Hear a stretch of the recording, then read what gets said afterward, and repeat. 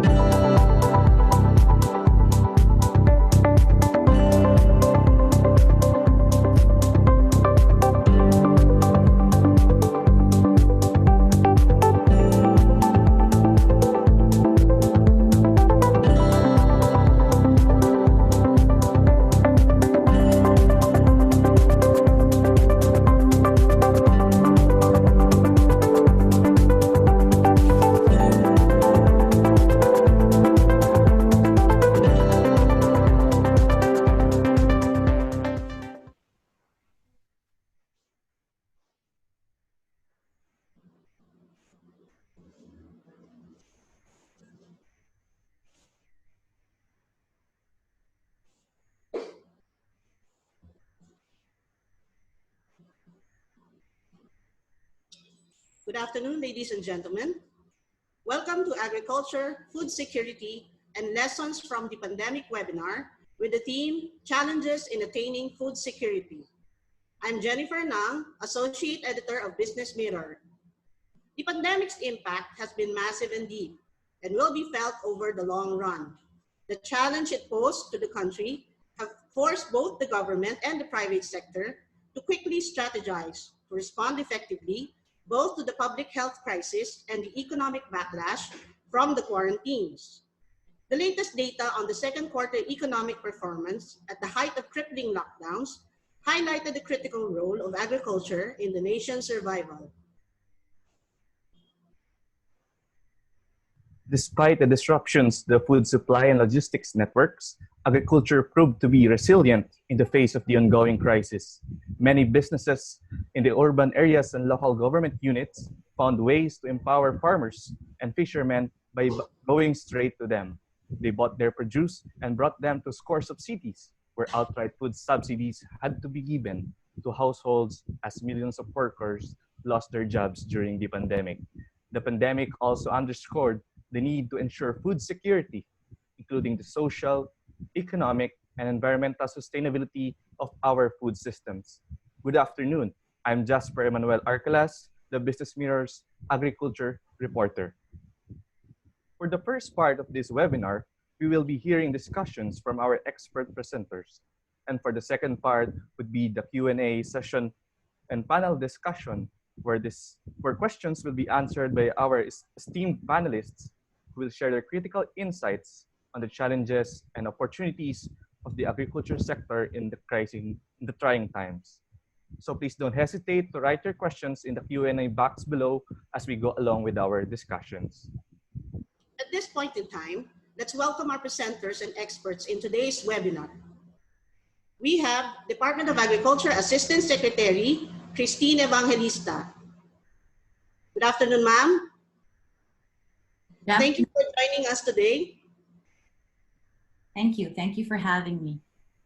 Joining us in today's webinar is the founding president of the Cold Chain Association of the Philippines, Mr. Anthony S. Dizon.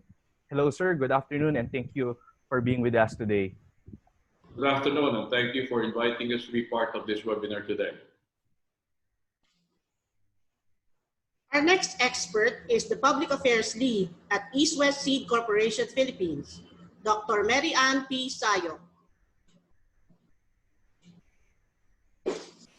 Hello, Dr. Sayok. We look forward to hearing you present. Yes, Thank you for hello. joining us. Thank you for having me. And our very own Professor Rene Afreneo, a renowned economist and columnist of the Business Mirror, will join us in the program.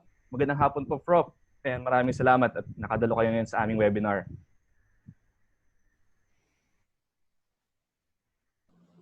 Now, let's go down to business.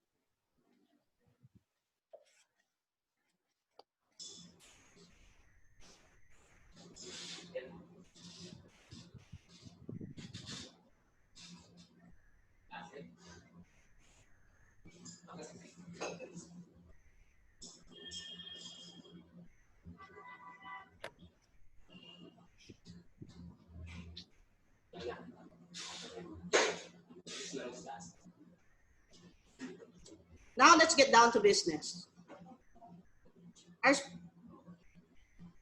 Our first presenter is overseeing Kadiwa operations, including Kadiwa Online, Kadiwa Retail Selling, Kadiwa on Wheels, and the Kadiwa Petron stations that provide farmers and SMEs a venue to sell farm products. The importance of Kadiwa has been highlighted during the pandemic, as it gave the government a platform to support and empower farmers to eliminate certain layers that delay and add undue cost to farmers in marketing their produce.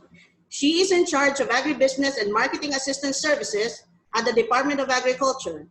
Ladies and gentlemen, let's welcome Assistant Secretary Christine Evangelista. Thank you very much, Ms. Jenny. I'd like to start my presentation.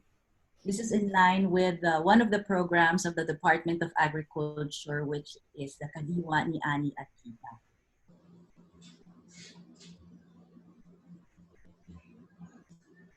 So first, to give you an overview of what Kadiwa ni Ani at Kita is all about, I'd also like to make a quick rundown of what's the content of my presentation so you can probably follow what we were discussing. One is, again, the overview. Second, we would breeze through the accomplishments of the program. And the third are the initiatives that we in the Department of Agriculture are doing to strengthen the Kadiwa ni Ani at Kita. To begin with, as you can see on my screen, this explains what Kadiwa ni Ani at Kita program is all about. But it might interest you to know that this program started in September of last year, even without the pandemic. The primary purpose of the program is to do market linkage for our farmers to be able to sell their produce directly to consumer. By doing so, we are able to capacitate them and improve their income as well. We are able to do this by engaging with communities and fix actually one of the ways of fixing the food supply and distribution system by eliminating certain layers. So the program aims to, again, emphasis is on accessibility and availability of affordable prices of fresh produce. Maybe I should add here also, we are now looking into food safety and food traceability, because by linking our farmers directly to our consumers are rest assured that these products are safe and there is a means to trace the producers. Aside from that, Kadiwa ni Ani at Kita is able to help farmers and fisher folks and even livestock raisers this is a way of giving them an opening to have them, it's a market entry activity because we give them the opportunity to sell their produce in different areas. And aside from that, lastly, through this effort, we are also able to help stabilize the prices of certain commodities. In agribusiness and marketing, we also have price monitoring. So Kadiwa ni Ani at Kita is very much related to our price monitoring efforts, wherein we make sure that in Kadiwa, the prices of the commodities are 20% lower than those in the public markets because of the lessening of different layers of traders. So these are the 4 modalities of Kadiwa. We have Kadiwa retail selling, we have Kadiwa on wheels, there's Kadiwa online, and the e-Kadiwa. For the retail selling, this is something that was strengthened during the ECQ, wherein the Department of Agriculture, together with farmer cooperatives, went to different barangays in coordination with LGUs. We also went to subdivisions and other areas that requested, because we understand that there was a very restricted movements as far as consumers were concerned, since they have no access to some areas like supermarkets during that time. The Department of Agriculture mobilized Kadiwa retail selling as well. So we also do this together with Armed Forces of the Philippines and also LGUs. I'd like you to know that out of the 17 cities in NCR, we have done Kadiwa in 14 cities already. Partnership continues, although there are some tweaks on the venue because we've been doing this in barangay and now we're moving towards a different direction. Aside from that, we also have partnerships with one very important player is the Resto PH. This is a group of restaurateurs, and they've helped us and linked us with mall owners. So we have a partnership with Ayala, with Mega World, with SM, with Robinsons, and upcoming is Walter Mart, wherein they provide a space for our farmers to be able to sell their produce in the comforts of the mall, of course, still observing the Kadiwa price. So these are some of the photos of the activities. This started in July, and every weekend we go to a different area. There are repeat areas already because the community in that area has requested that it is very beneficial for their community. So we are doing it in malls and in communities as well. DTI is our partner in the Kadiwa Descuentro Caravan. So this is a strong partnership wherein DA brings the fresh produce while the DTI brings processed food. Aside from that, even the basic, the essentials. So in one place, you can already buy your commodity. And at the same time, you can also buy detergents and what have you at a very low cost because this is a government initiative. The areas where we've had the DTI-DA partnership, Kadiwa Descuentro Caravan, includes Taguig, Marikina, and other areas as well. Now we also have a partnership with the Department of Energy wherein they linked us with the different gasoline stations. The gasoline stations provide a safe area for our fresh produce so people can buy fresh produce conveniently. We have this ongoing in Petron. Uni Oil, I think, is about to start. And aside from doing that here in NCR, we are also doing it in other regions wherein our partnerships are the cooperatives. Next is the rolling store. This is the Kadiwa on wheels. During the time of at the height of ECQ, we had to think of a creative way to bring the produce directly to consumers on the barangay level. And knowing that there were lockdowns everywhere, we partnered with social enterprises as well to help us get hold and share with us jeeps and other trucks to be able to put the commodities in those vehicles. And then we brought it directly to the barangays. This was a win-win situation for the consumers and the farmers, because the farmers were able to sell and it gave them a good market. So despite of the pandemic, the agriculture sector was really very, very busy. These are examples of our Kadiwa on wheels. We are now in the process of getting a real truck with, a nicer branding. But during the time of the pandemic, the ECQ, we had to move fast. And we are very thankful that the private sector helped us in rolling out this project. From that simple activity, then we had repeat orders from the LGUs, wherein they saw how affordable fresh commodities can be. So that was also a window for our farmer producers to be able to sell directly to LGUs, which eventually those produce found its way for the relief packs as well. Then we also are in the digital world, knowing that it's a digital age. Aside from that, the convenience of ordering your fresh produce in the comforts of your home. So we have eKadiwa. This is under the Department of Agriculture, and this is actually the brainchild of the Office of the Secretary. So eKadiwa is directly under the Office of the Secretary. My office, Agribusiness and Marketing, plays a support role in this.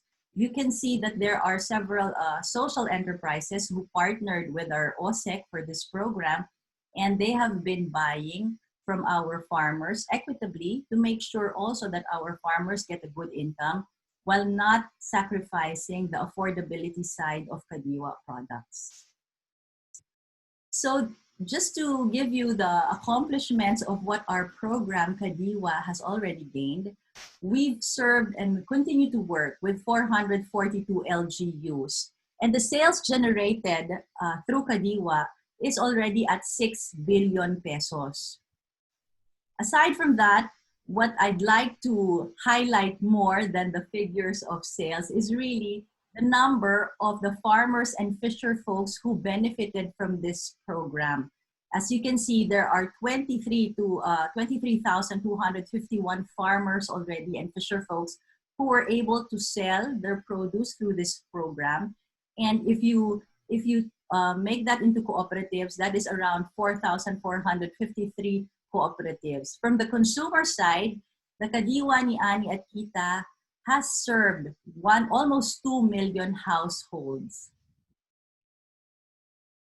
With that, because Kadiwa ni Ani at Kita is something that almost didn't have funding, it was more of market linkage strengthened. Now we see that if we help and capacitate our farmers and fisher folks, then they can bring their produce directly to the market. So we came up with the Enhanced Kadiwa ni Ani at Kita Financial Grant Assistance.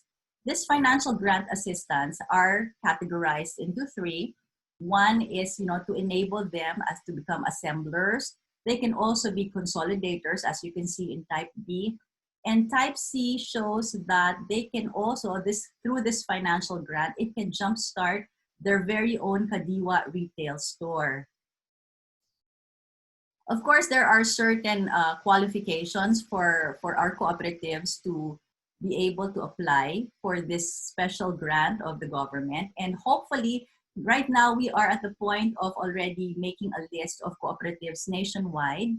This is on a regional basis, and it's very inspiring to see that there are so many co-ops who would like to strengthen their agribusiness. So with that, we are also pushing for more budget so we can help more cooperatives capacitate them and help them also value add their produce to be able to have a more sustainable and more profitable agribusiness. So eventually, maybe I will request to share this with other people also. This is the website and how to get in touch with us in case you come across a cooperative who is interested to apply for the financial grant.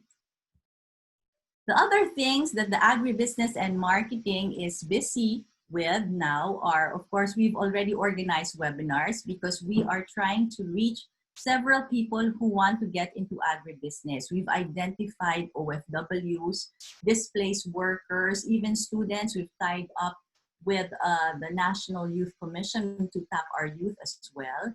And private individuals, because if in the event, because our grants are usually focused for cooperatives. However, we have a tie-up with our attached agency, which is ACPC, and they give loans. So that can be something that individuals who'd like to get into agribusiness can look into as well. We continue to do investment concepts, but now we're already calling it as agribusiness concepts, because in the past, this investment concept was meant for OFWs who were stationed abroad, and then they can put their money here in the Philippines in an agribusiness venture. But now that they're home, and we call them returning OFWs, we have the agribusiness concepts wherein they can be guided on what is the best agricultural business to do wherever they are, how much do they need, and even the return on investment is part of that investment concept. So, with the leadership of Secretary Dar, we continue to facilitate market linkage. We conduct market and product promotion, and also we give market-related information through different medium, including, of course, social media. So, to end my simple presentation, this is something that we saw, and this is very inspiring.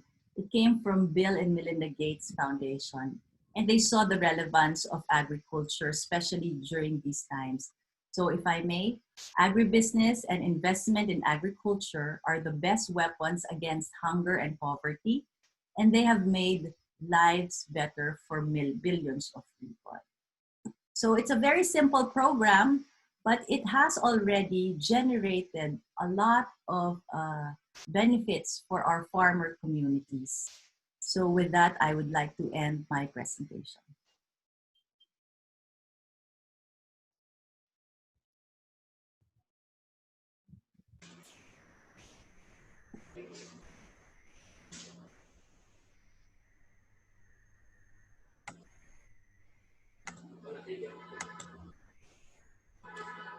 Thank you so much, Ase Christine. That was a great discussion. Now moving to our second presenter, who has a 40 years of career experience in the Philippine steel manufacturing industry. He is currently involved in the policy formulation and strategic planning activities of the steel industry. He is the president of the Cold Store Center Philippines Incorporated, a third-party logistics company offering refrigerated and ambient warehousing facilities and complete distribution services to food processing and importing companies. He is an electrical engineer with a Master in Business Administration. He is also the founding president of the Cold Chain Association of the Philippines. Ladies and gentlemen, let's all welcome Mr. Anthony S. Dizon. Good afternoon, and thank you for the kind introduction, Jasper, and thank you to the organizers of today's webinar. We are privileged to be given this opportunity to air our thoughts on the burning issues of the day. Let me start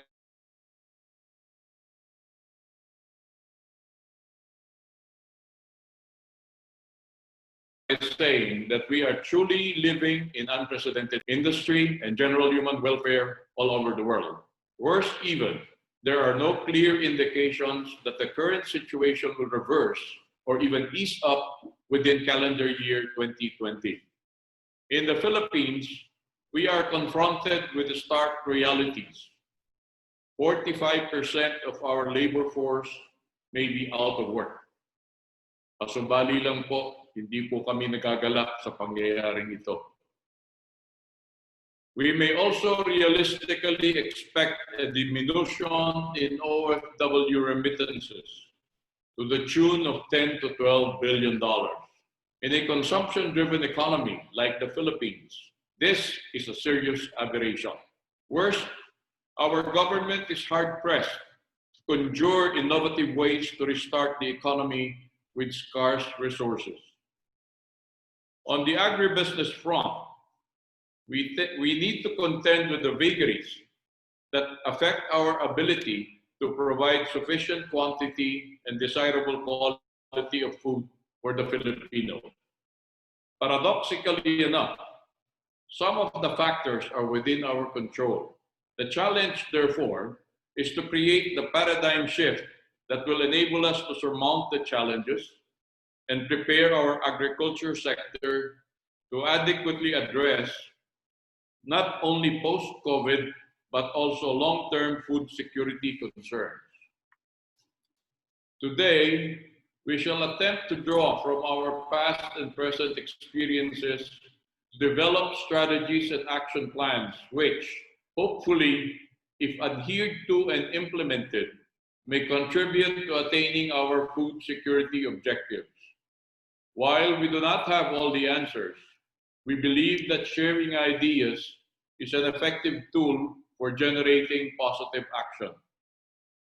By way of introduction, I represent the Cold Chain Association of the Philippines, an 18-year-old grouping of 140 business and professional organizations bound together by the common purpose of promoting food safety and protecting food quality through controlled temperature environment.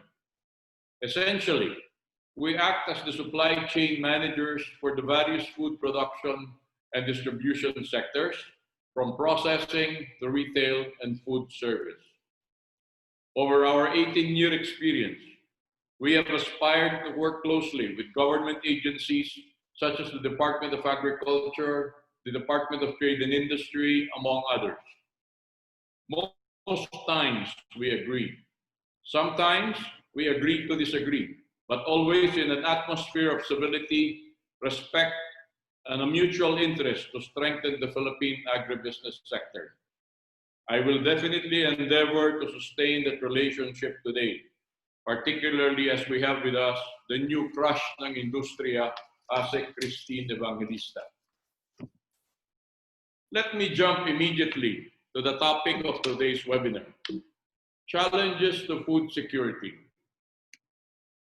We have divided the challenges to food security into two sections. We describe them as factors internal to the industry and factors external to the industry. The first item that we would like to discuss is the issue on food waste. Why do we incur food waste?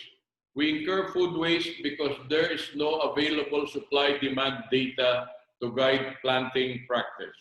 We do not know if we are planting the right variety and the right quantities of different produce. And that is why we are witness to several instances in the past and in the present and in the recent past, where we have farmers who are forced to throw away their produce simply because they planted too much of a particular variety and there was not enough of a market to absorb that production quantity. Next, we do not have post-harvest preparation facilities, especially in areas of high value vegetable production. As most of us may know, at the time that the vegetables are harvested, they need to undergo pre-cooling and washing to prepare them for market use. But if there are no preparation facilities available close to the fields and the production areas, then the farmers have no choice but to ship the produce in the condition that they were harvested in. And that contributes largely to food waste. Third, improper packaging and handling. I am sure that all of us have seen at one time or another the reality that vegetables are transported from the production areas to the market in plastic bags when they are supposed to be transported in packaging medium that allows them to respirate. I am sure that you have seen vegetables being transported in ambient conditions Ang pinakamasama po sa lahat, I'm sure nakakita na kayo ng gulay na nakasakay sa truck na hinihigaan ng pahinante sa ibabaw.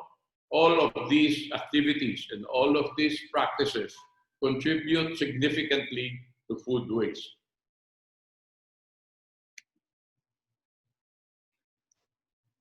Next, value optimization. Ano po ang ibig sabihin namin dito? Yun nga po yung ulitin po namin yung sinabi namin kanina na kung ang ating mga itinatanim na gulay or prutas, eh yun po sanang magkakaroon tayo ng competitive advantage. Or kahit na paano po kung sakaling yung original purpose sa palengke eh hindi masunod at hindi mapiling lahat, ay meron po tayong fallback position na magagawa po natin para hindi naman po maging patapon ang ating produce. Kaya po sana kung meron tayong available na downstream processing facilities for value preservation, this would contribute significantly to preserving the value of our produce. The third factor, simulan po natin doon sa economies of scale. Ang pinakamahirap po kasi sa hanap buhay ng gulay, yun pong mangangailangan kayo ng palamigan. Ang pinakamahirap po kasi pagka kayo magtatayo ng palamigan, meron pong minimum quantity that will be necessary for the palamigan to be able to operate efficiently. And therefore, the quantities of produce that you put inside the palamigan will have to be commensurate to the capacity of the equipment that is utilized to accomplish the palamigan. Pagka po hindi magsasalubong yun, hindi po talaga magkakasundo. Next, ito po yung hindi ko po alam kung mayroong mga nakikinig sa atin na maaaring magalit sa akin pag sinabi nating traditional supply chain layers rely on the viajero who delivers the product to the wholesaler and who delivers the product to the retailer and who delivers the product to the stall owner in the palengke. Madaming beses na pong iginawa ng pag-aaral ito para malaman kung paano natin mababawasan yung supply chain layers bago makarating ang produkto mula sa pinagtubuan hanggang sa pagbibilhan. Ang hindi lang po natin masagot na tanong dito, ano po ba ang objective nitong ating attempt to reduce the supply chain layers? Is it to bring the price of the commodity down or is it to uplift the economic status of the farmer? Yan po ang katanungan na kailangan natin at susubukan natin sagutin. The last factor that we have relative to factors internal to the industry would be regulatory compliance to government policies and response mechanisms. Ano po ang ibig sabihin dito? Hindi lang po ito sa gulay, hindi lang po sa prutas, maski po sa ibang food categories na ang atin pong mga regulations kuminsan ay nagkakabuhol-buhol, hindi po malaman ng mga stakeholders sa industriya ng pagkain kung alin po ang talagang dapat sundin. Ang nagiging resulta po nito ay yung pong problema sa ease of doing business. Nagkakaroon po ng problema na hindi natin malaman kung sino baga talaga ang ating dapat na sundin. Okay. So we now move to the factors that are external to the industry. Ito po hindi na kailangan masyadong ipaliwanag dahil I think these are basically self-explanatory. I'm sure we are all aware also of the problem that we are confronted with in the hog industry in the Philippines.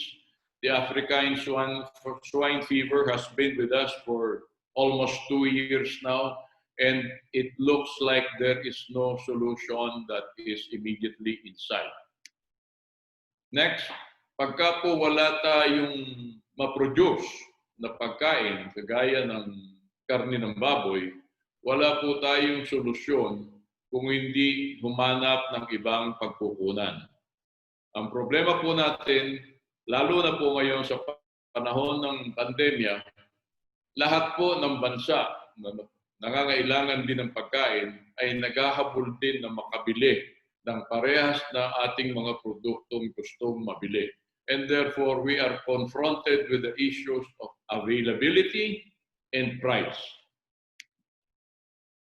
Bukod pa po dyan, meron pong mga namimingit na mga issues on the raw materials na posibleng tapos po ng 2020 ay at kaya po ang magiging epekto po niyan pag ito po ay nagkatotoo ay tiyak na tataas ang halaga at ang presyo ng mga finished products na pinaggagamitan ng mga raw materials na ito. At pang-apat po, yung mga non-tariff measures na pinaiiral ng gobyerno di umano para maprotektahan ang lokal na industriya ng paggawa ng pagkain.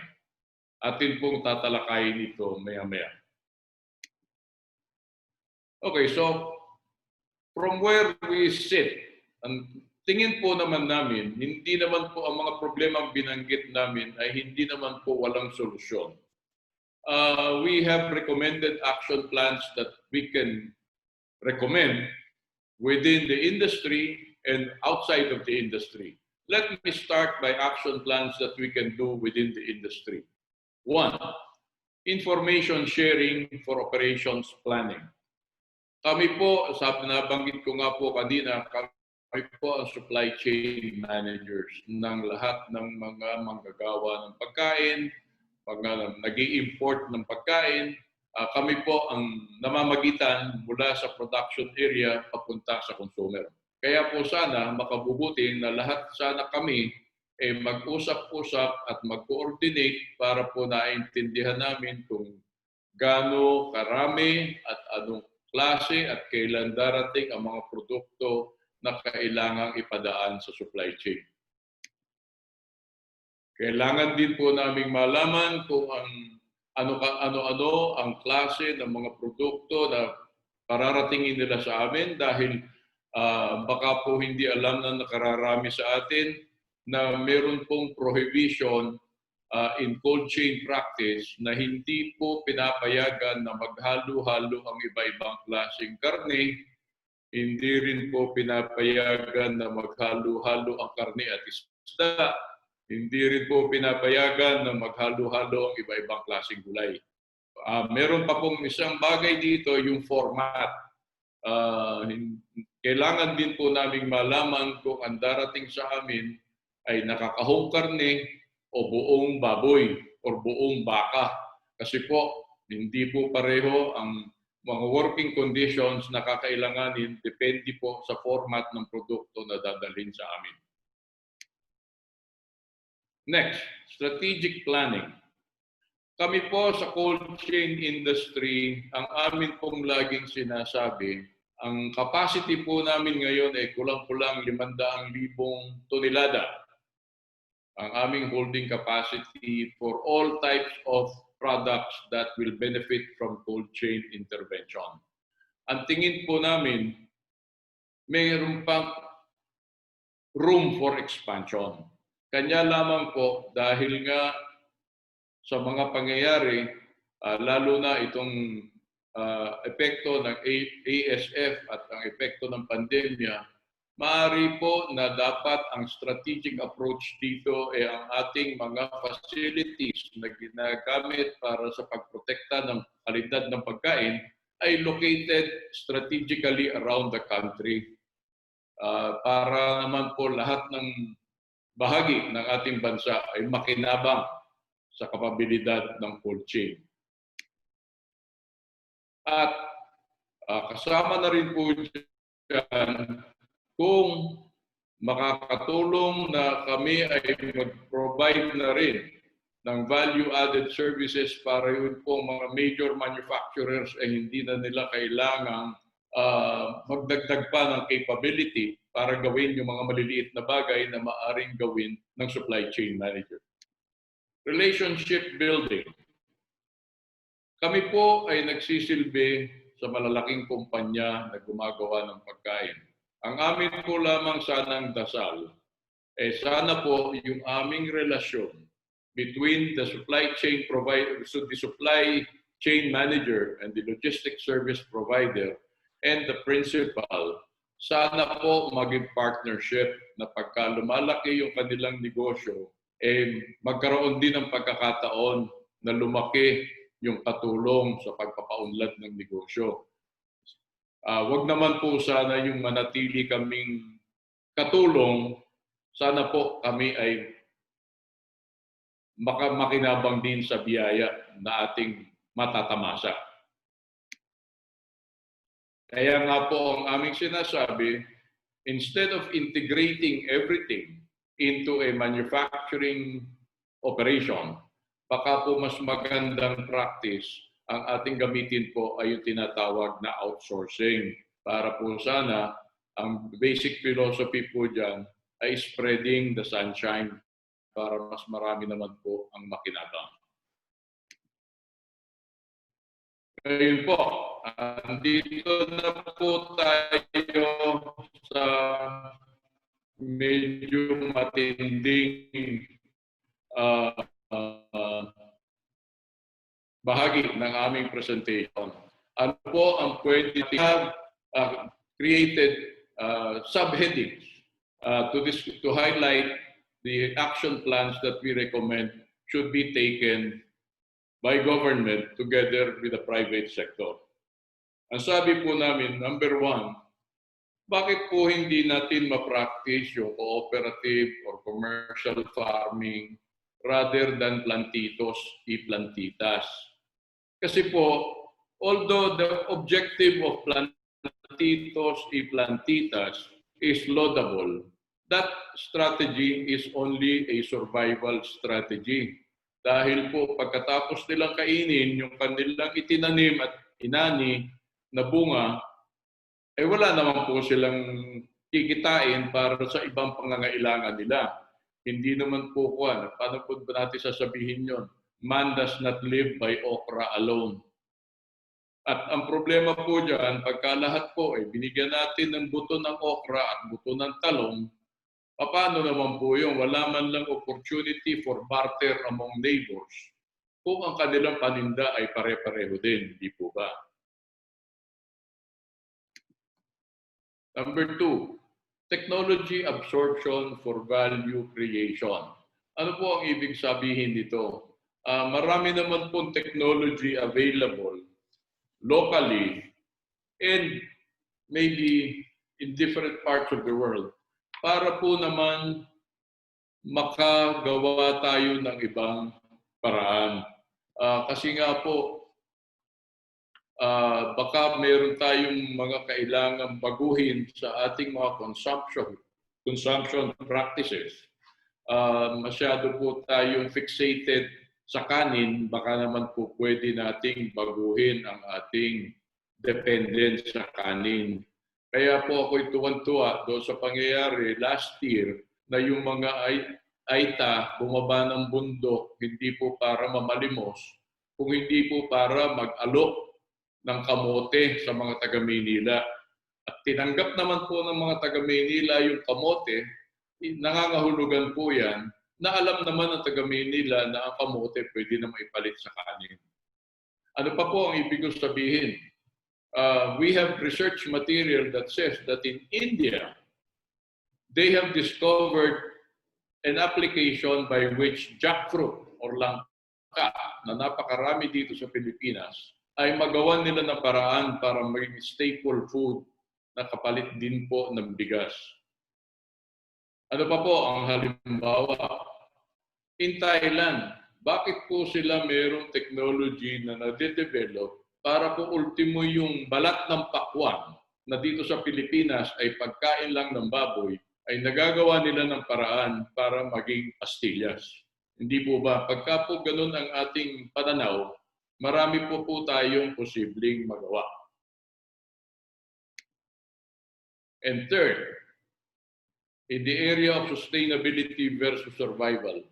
I have had the opportunity to talk to several companies who have come to the Philippines and undertaken so many studies on how to develop the agribusiness sector in the Philippines, looking at planting vegetables in different parts of the Philippines, vegetables and maybe even flowers. And the idea was to export these finished products back to their home countries. But for some reason po, hindi po natutuloy ang mga planong ito. Baka po dapat nating alamin kung bakit.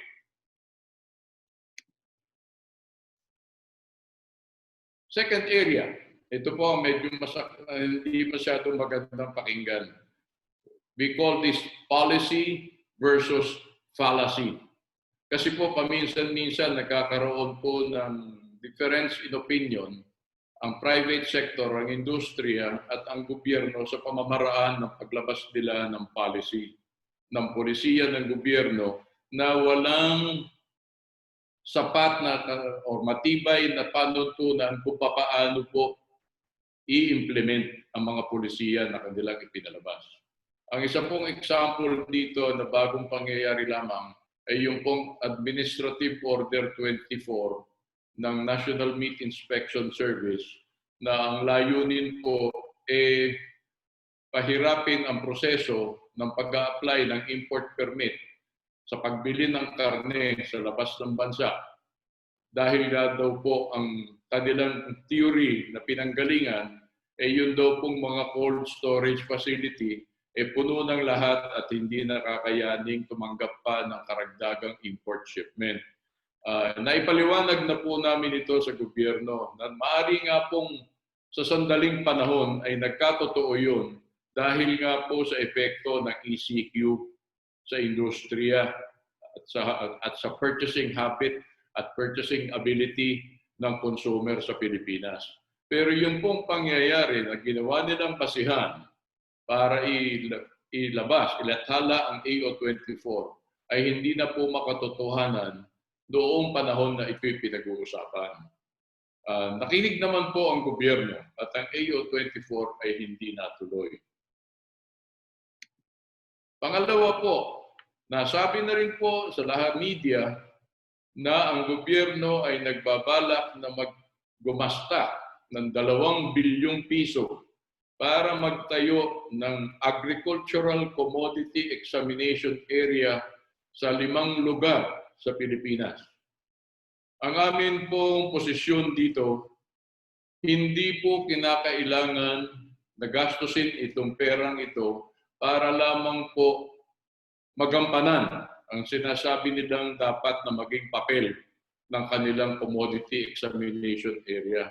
Dahil po, ang eksaminasyon ng lahat ng mga produktong imported na ipinapasok sa Pilipinas ay ginagawa ng ahensya ng Department of Agriculture ng masinsinan ng mahabang panahon na po at hindi naman po nagdudulot ng anumang suliranin o problema sa mga stakeholders at sa operations ng Department of Agriculture. So para po tayong magsasayang ng 2 bilyon because this is an overreaction to a problem that was supposedly brought about by other sectors in the industry. Ang masakit pa po nito, pagka po itinuloy natin itong project, itong 2 bilyong project ng ASEA, ang unang-una pong masasaktan dito, yung mismong Department of Agriculture.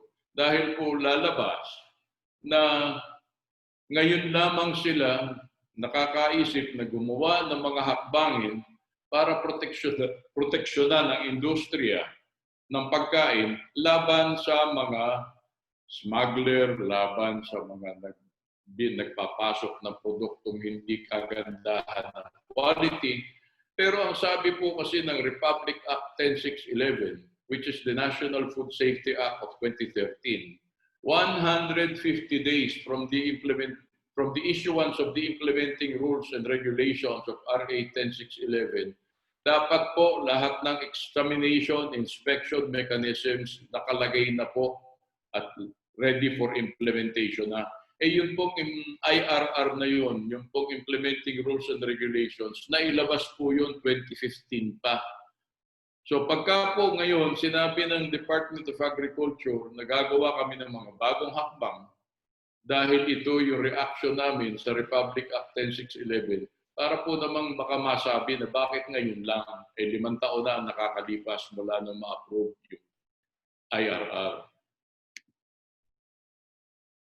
At ang isa pong pinakamagandang tanong dito, yun pong sinasabi nilang purpose ng ASEA na para mapigilan daw ang smuggling, hindi po ba yun trabaho naman ng Bureau of Customs? Bakit po ang Department of Agriculture ang nagpapakahirap na gumawa ng solusyon para sa problema na dapat ang tumatalakay ay customs?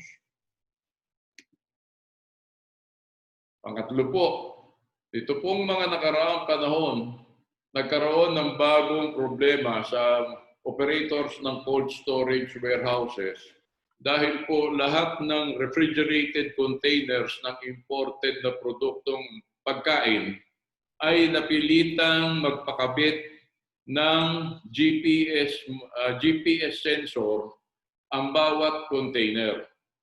Ang problema po rito, yun pong mga container na kinabitan ng GPS device ay makakarating doon sa kanilang patutunguhan kung saan sila dapat buksan ay hindi po mabubuksan hanggat hindi dumarating yung taga-customs na magbubukas, na magpapatay ng alarma noong GPS device.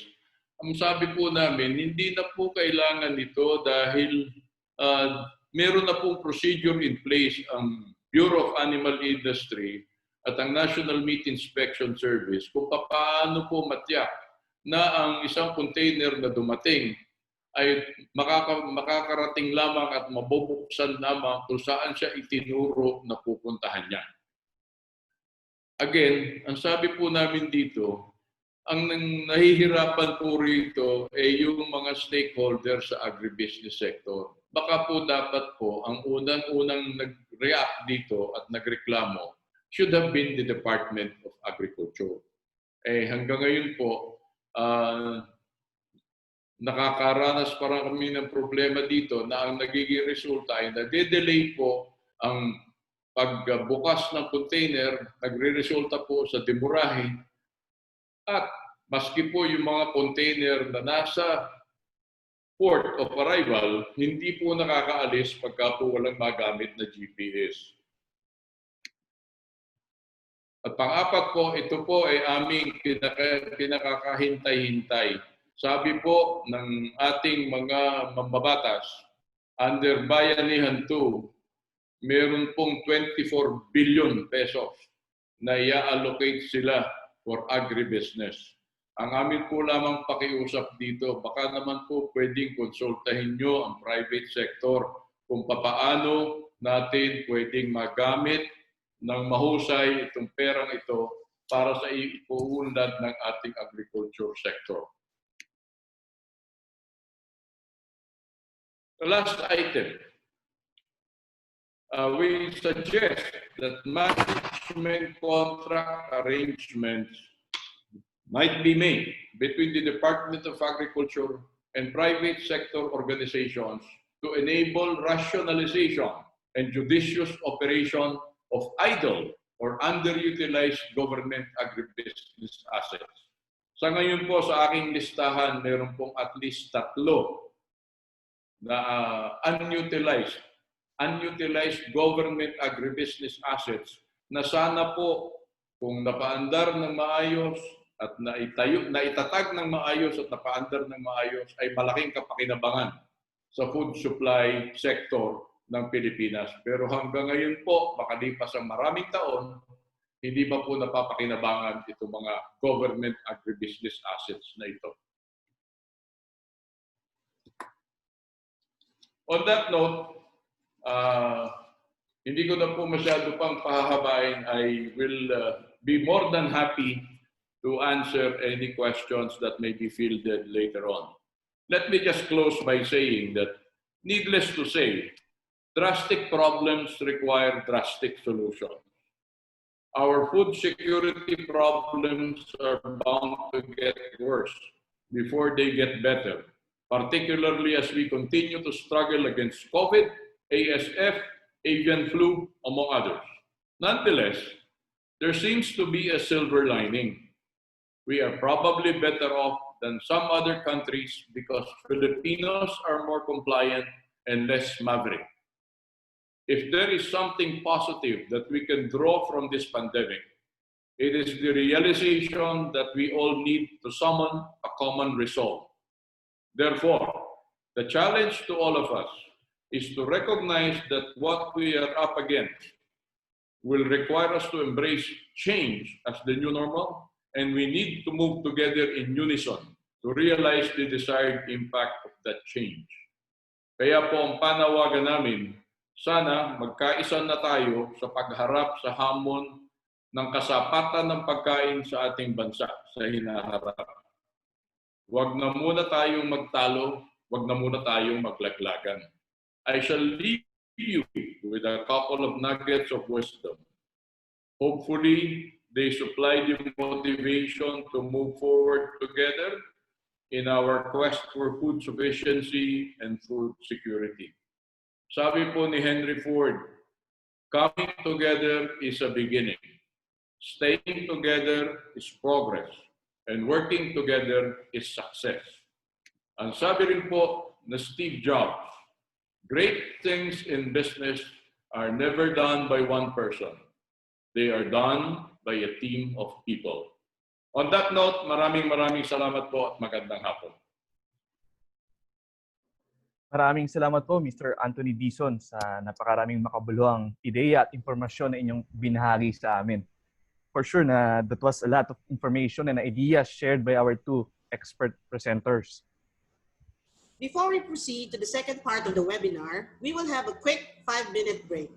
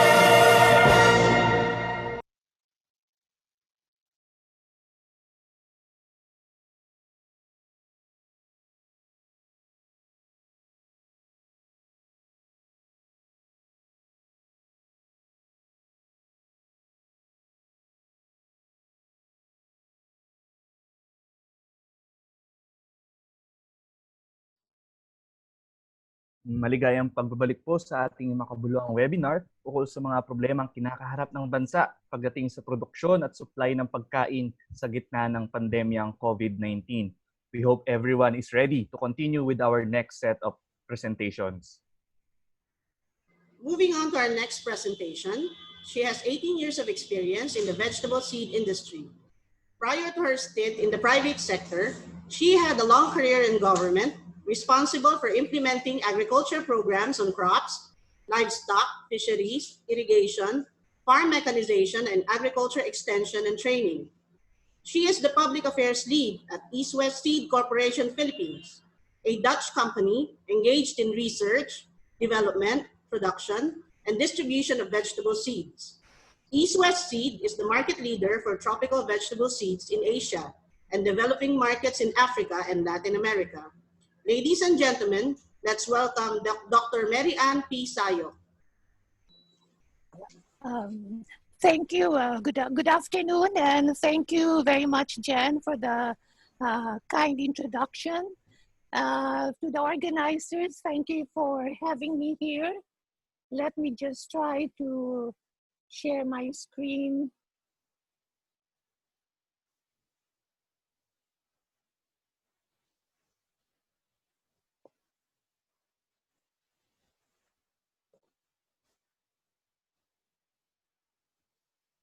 Okay.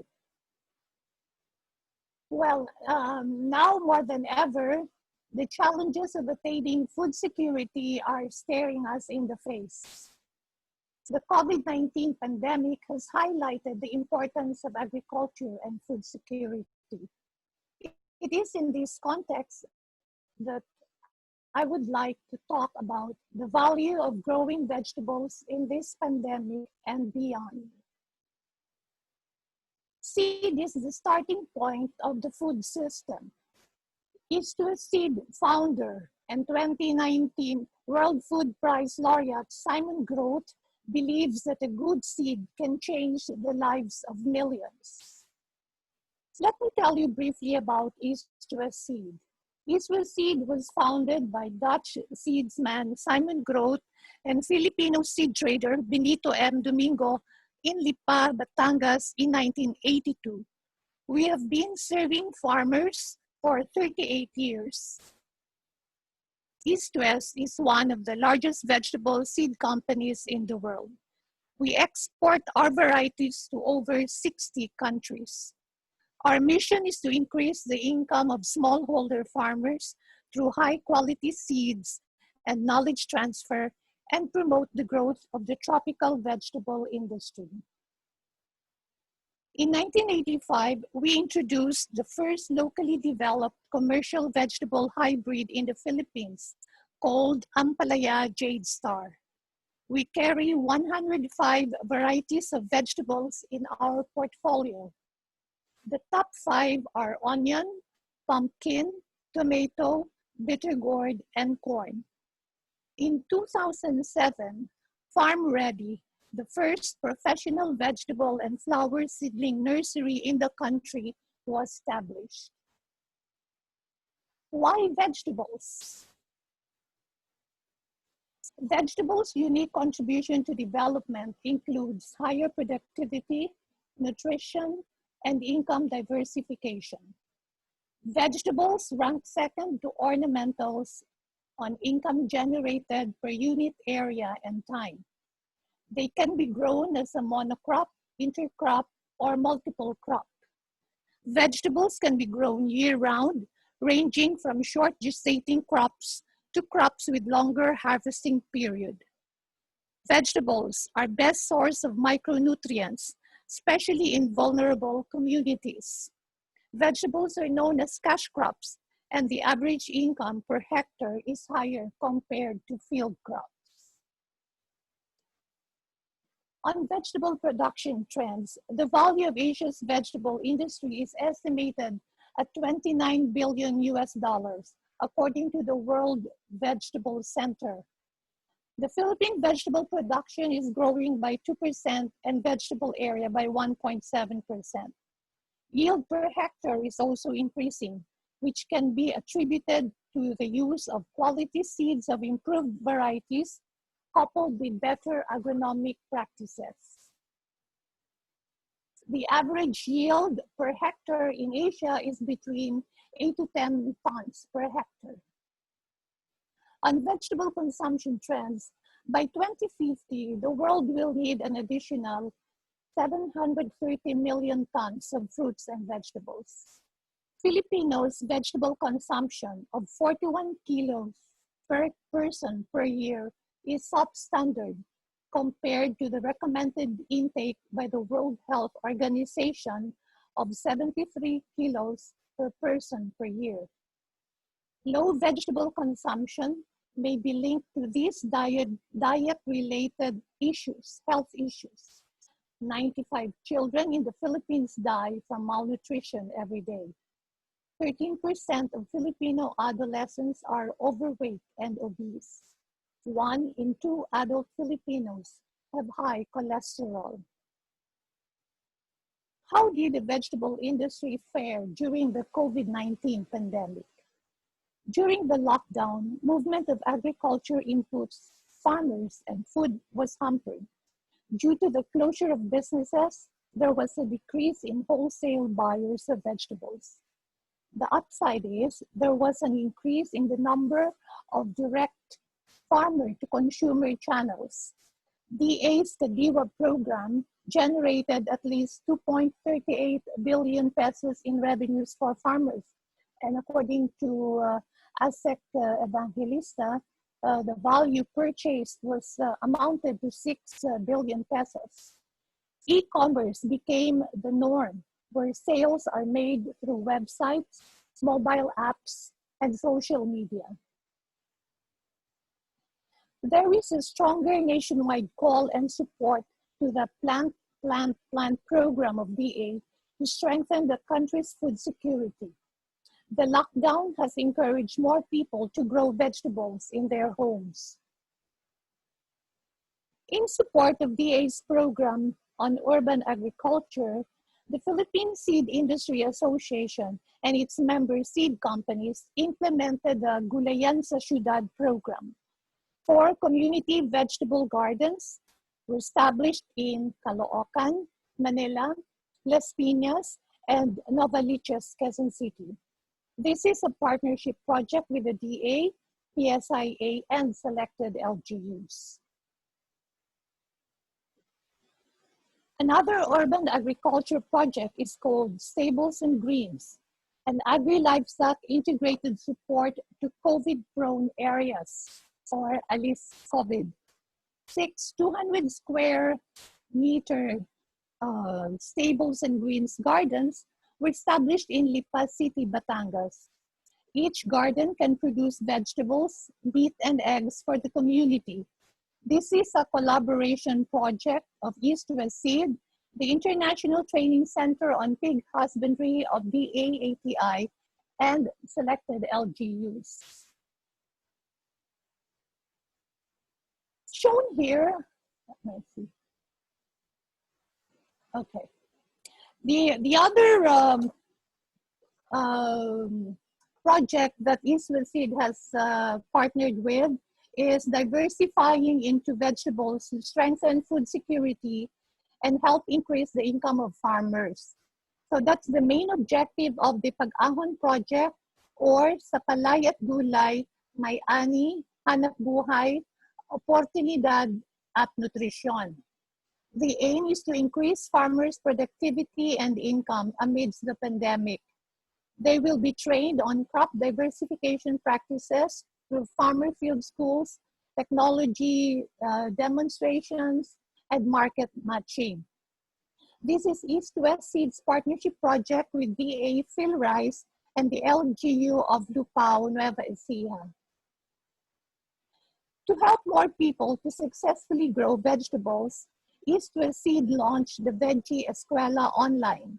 This features e-trainings on vegetable farming as a business, home gardening, improved practices for commercial vegetable farming, and pest and disease management. In May, we have released more than 30 webinars reaching thousands of people via Facebook. Vegetable home gardening video tutorials and teaching guides are also accessible via East West Seed Foundation's new website at www.eastwestseedfoundation.ph. What is the lasting impact of COVID-19 on the vegetable industry? Consumers will have increased health and food safety consciousness.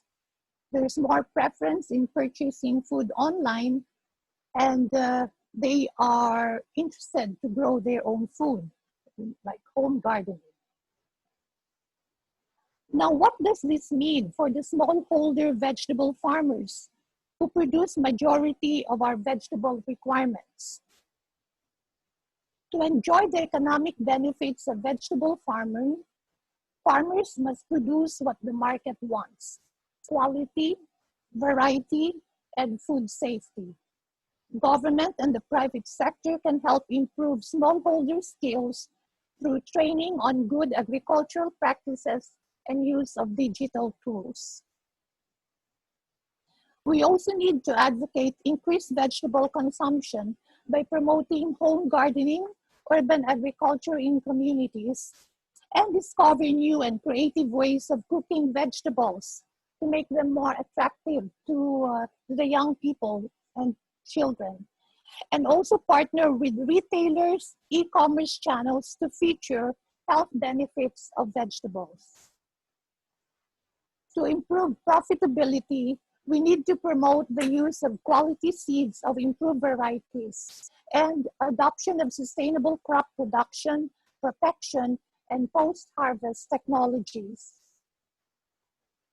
It is also imperative to modernize the food supply chain through good post-harvest and storage facilities, reducing the layers of traditional supply chain by having direct contractual arrangements between farmers and retailers. This was adequately discussed by our previous speaker, Mr. Anthony Dizon. There is also a need to get farmers organized to form marketing clusters and pour in more investments in the supply chain. I would like to share with you two success stories of East West Seed farmer heroes on how vegetable farming changed their lives. Nestor Calao is from Lipa, Batangas. He started growing vegetables in 1990. He used to be a tricycle driver. Now he plants 25 hectares of land to vegetables. He earns 3.9 million pesos a year on hybrid bitter gourd Galactica and 4.2 million pesos on hybrid tomato D-Max. He exclusively plants hybrid varieties as this gives him higher yield and better income. He employs at least 200 individuals from the community each cropping season to do the land preparation, planting, and harvesting. Meet a woman farmer entrepreneur, Victoria Motril from Soxargen, Mindanao. She bought 6 hectares of land out of her savings as overseas worker. She was encouraged to go into vegetable farming when she attended a techno demo field day organized by East West Seed. Her first venture was in eggplants, Bulacania long purple, and jackpot. She employs modern farming techniques. She was named Magsasakang Scientista by DA and DOST card, and she was able to send all her children to school through vegetable farming. So when vegetables rise, people thrive. So let us continue to plant to attain food security. And to add to the parting words of Mr. Anthony Dizon, partnership is very important. So I would like to quote Helen Keller, "Alone we can do so little, together we can do so much." Thank you very much for your kind attention.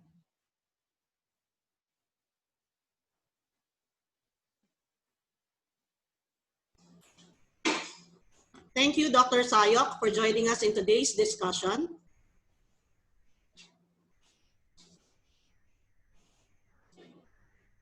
And down to the final presentation today, he is a noted economist and a Business Mirror columnist and a former dean of the UP School of Labor and Industrial Relations, or UP Soler.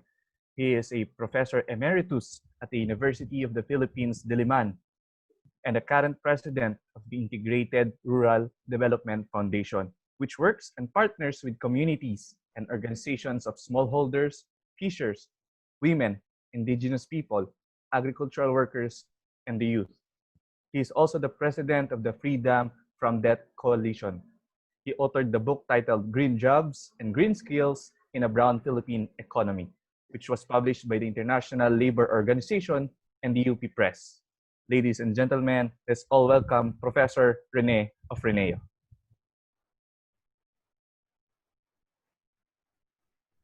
Hello, magandang araw po. After the presentation by Dr. Sayok, bigla ho ako nagutom. Nakakatakam ang mga gulay na inihanda niya. Sir, can you start the video, sir? Can you hear me? We can hear you, but we can't see you po. Please turn on the video, please. Video po nawawala. Okay? Okay, there you go. Thank you. Lumilipad na ho ang aking buhok. Dahil tayo emeritus na po. Anyway, I would like to salute Business Mirror and its co-organizers in having this webinar, very important webinar. First, let me start with this very short reaction. I enjoyed the presentation by the presentations of our two main speakers. First by ASEC Christine, because the revival of Kadiwa and what it's doing is it is a reaffirmation of the role of what an activist government should be doing during crisis period, trying to balance supply and demand and trying to link farmer with the market. That's very important. It's a deviation of sort to some policies advocated by some economists before, which I will discuss. Second, I enjoyed the presentation also of Mr. Dizon, cold chain storage. I remember very well the problem we encountered in Iloilo summer after the Yolanda. We were trying to help small fishing communities. Sometimes they can catch they can have good harvest of fish, but they get so little, and they cannot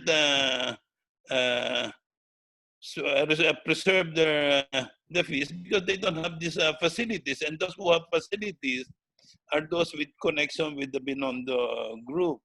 Similarly, we have a similar situation in Sorsogon where IRDF operates, especially in Matnog, and people there are complaining the price of fish is so low. And that's why we pointed out that we agree with Mr. Dison. There's a need to set up these facilities all around the country.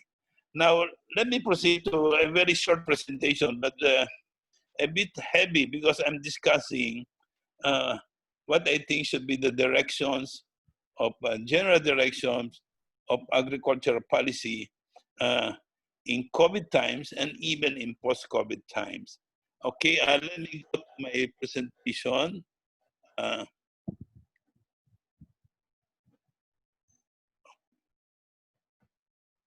Okay, now the title of this is the COVID pandemic.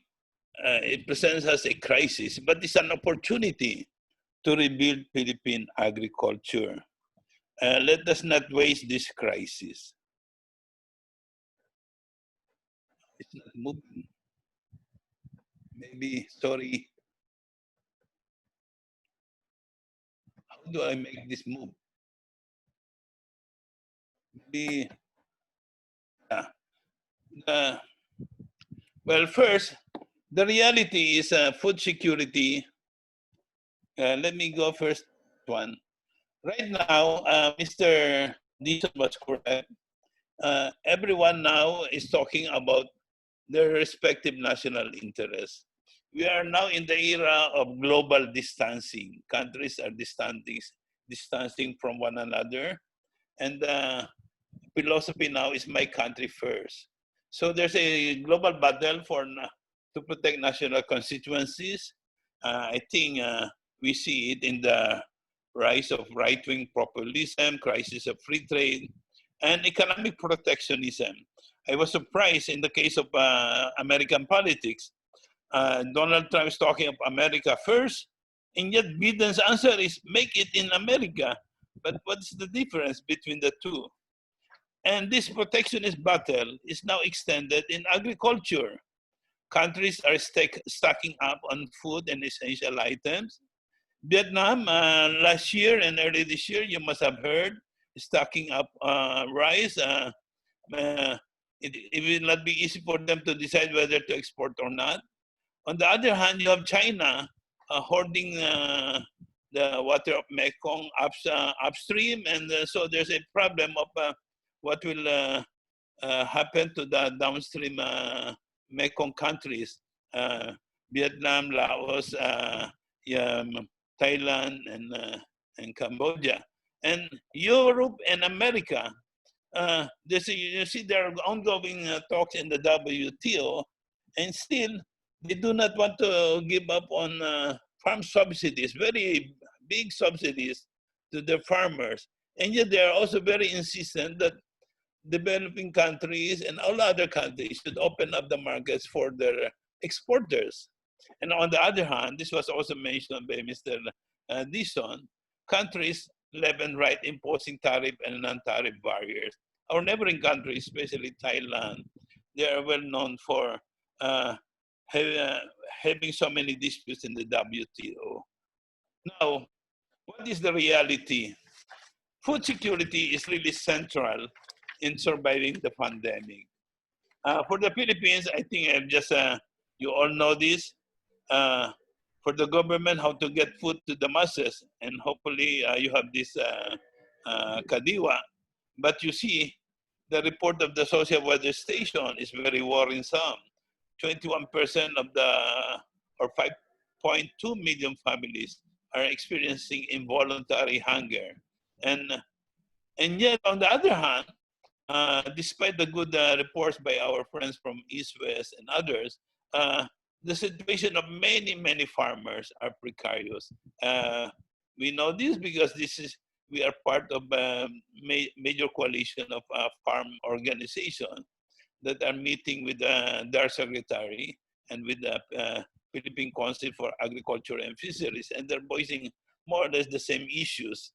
And then on the other hand, we all look up to the possibility that the agricultural sector, unlike manufacturing and services like tourism, can be the engine of growth for the Philippines, the job creator in this COVID time.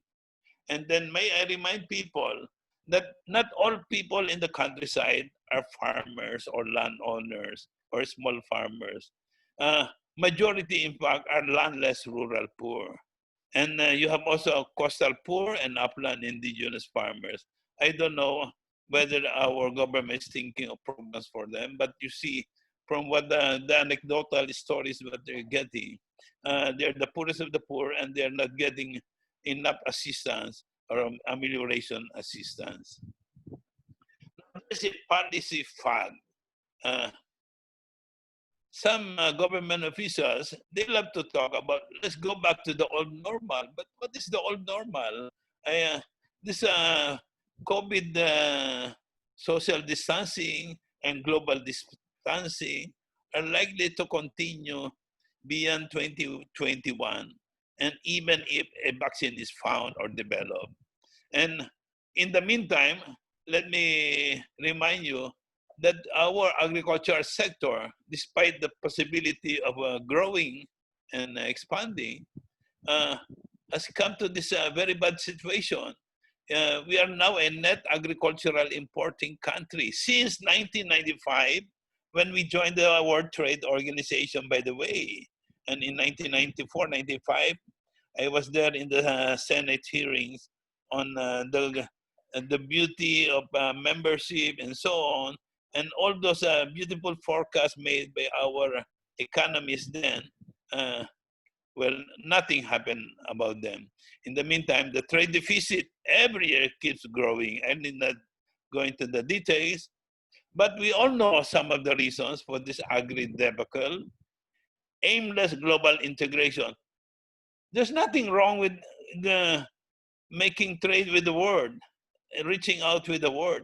But if you have no clear vision on how to conquer the world, there's something else. I remember Senator Blas Ople, after the passage of the ratification, they passed this vote for ratification of the WTO. He said, his words is, now we need a field marshal. A field marshal, so we'll coordinate everything in order to manage the war against globalization. And of course, after that, the Senate and the House, they passed this Agricultural Fisheries Modernization Act, providing billions of pesos every year. Nothing happened. You have this series of corruption, which corroded the trust of people on the government. You have the mangled CARP implementation. We all know this. We have one of the longest agrarian reform program being implemented in the world. We have weak bureaucracy. And then as an industrial relations person, I keep saying, how come there's no program on human resource development, meaning transformation of farmers, agrarian reform beneficiaries into agribusiness people, skills development. They only talk of support services. But you see, you need to transform people in terms of mindset, in terms of attitude, skills, know-how. And at present, we have this policy directions dilemma. The Department of Agriculture is talking about plant, and yet we have this rice tariffication law, which means import. We have the poultry producers of Bong Insyong. They keep saying we can supply the market, and yet the Bureau of Plant Industry keeps releasing import permits. When the Bureau of Customs, there are many reports of Federation of Free Farmers. They have been undervaluing imports. There's no decisive measure on the cocoa levy funds. There's almost 50 years issue already.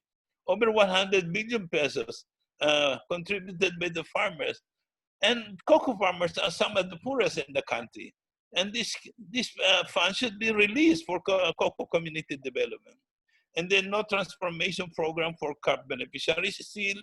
And the coordination among the three agencies, DA, DAR, and DNR, still unclear. So this is I borrowed this from the Phil Rice. Ang mura na ng palay, pero bakit ang mahal pa rin ng bigas? So our proposal, let's adopt the proposal of CSO. I'm voicing here the proposal of many NGOs and farm organizations. Adopt a farm people-centered food security development framework.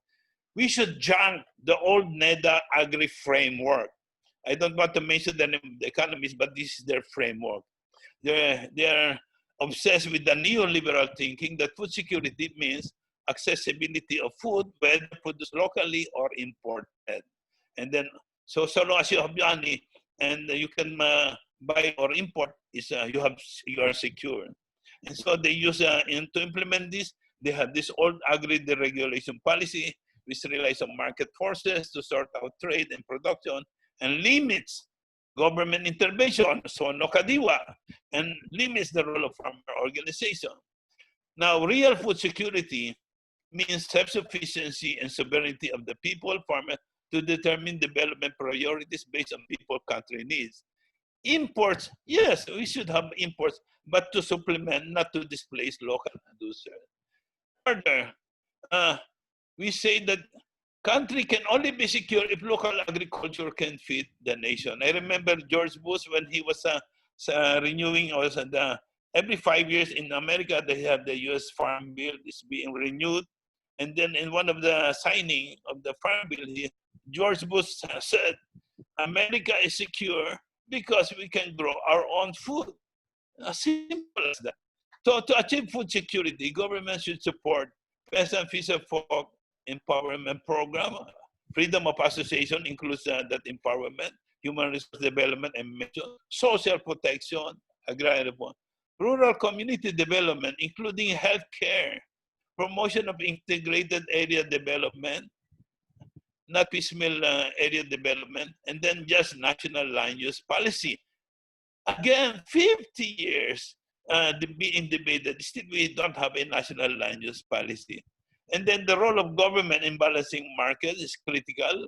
And all you have to do is look at what other countries are doing, especially the developed countries. Look at what China is doing, Indonesia with its Bulog, India with its India Food Corporation, South Korea, Japan. They have this balancing. And yes, pandemic have shown to us that LGUs are very important. They have a critical role to play too. So on relation between corporation and farmer organizations, we need to build fair, equitable partnership. Corporations should focus on helping farmers add value to their products via farmers' higher participation in the value chain and higher share in value creation. For example, why are cocoa farmers stuck to selling cheap copra and whole nuts? And yet, when they sell this copra and whole nuts, the ones processing them, their byproducts remain stable and remain high. There's a big disconnect. Corporations should assist farmers increase productivity without displacing them from the land. Again, let me cite the example of, well, during the heyday of Virginia tobacco farmers in Ilocos, they get the income through high-yielding varieties and impounding facilities given by their partner firms. And these partner firms are not necessarily owning the lands. Now, government, corporations, there should be continuous dialogue, sustained and productive. But let me conclude, ladies and gentlemen. Pandemic gives country opportunity to overhaul the failed agri-deregulation policy program. It simply means government doing nothing or something like that.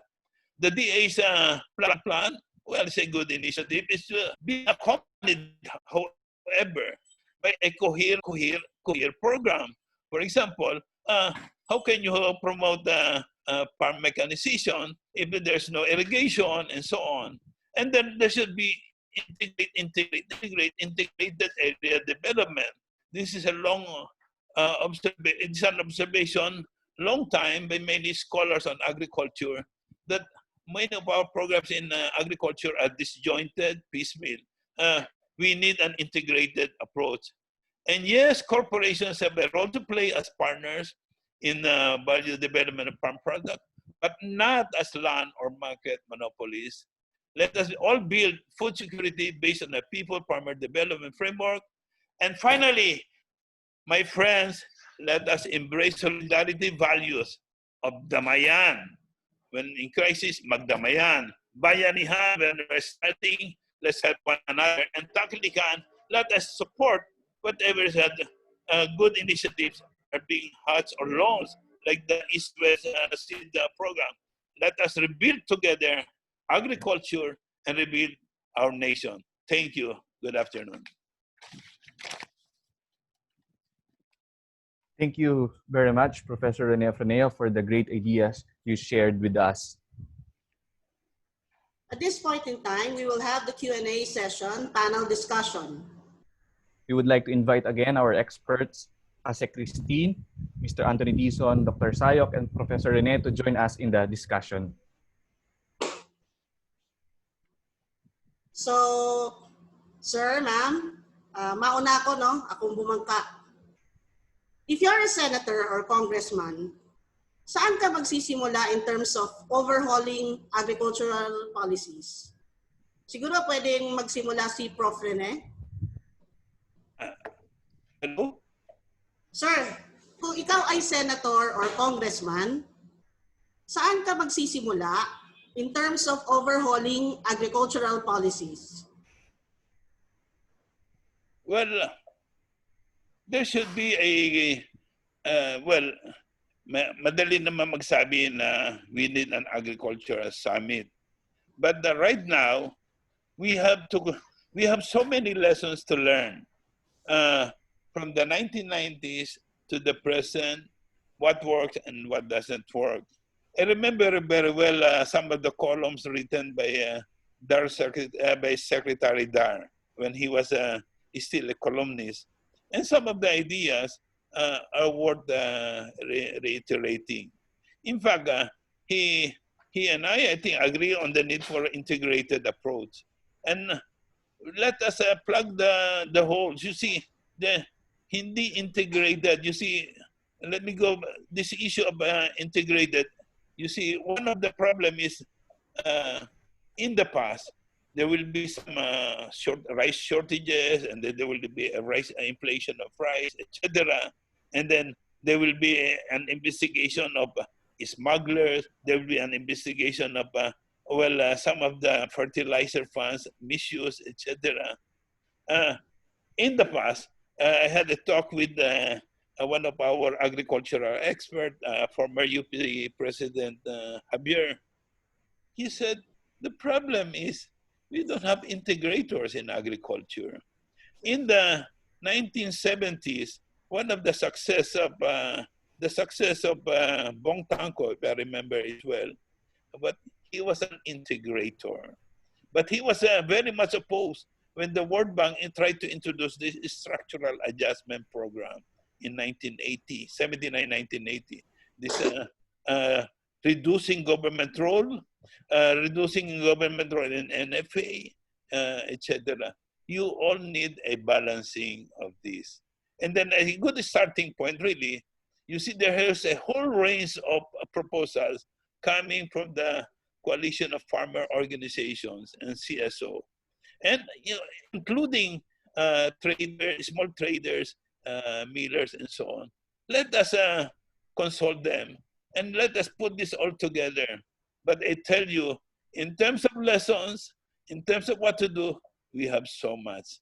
But let us have a holistic, let us synthesize all of this, and let us all move forward.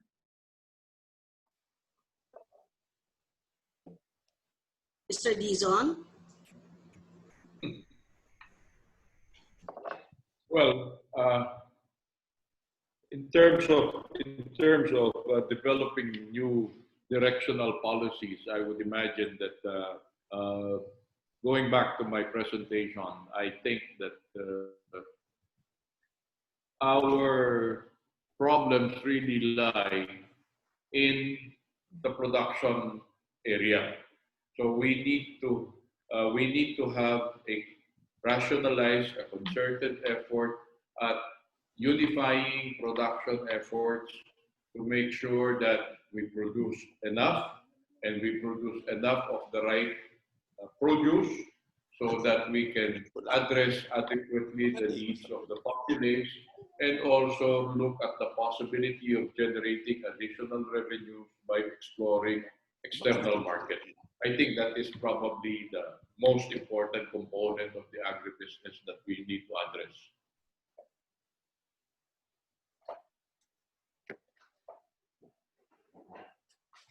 Dr. Sayok? Yeah. I think we have already a lot of laws and regulations pertaining to agriculture. If we look at AFMA, the Agriculture Fisheries Modernization Act, it's comprehensive, but I think the problem is on the implementation. There are a lot of laws with implementing rules and regulations, but they are not actually being implemented. And also harmonization of these different laws. I think that's what we would need.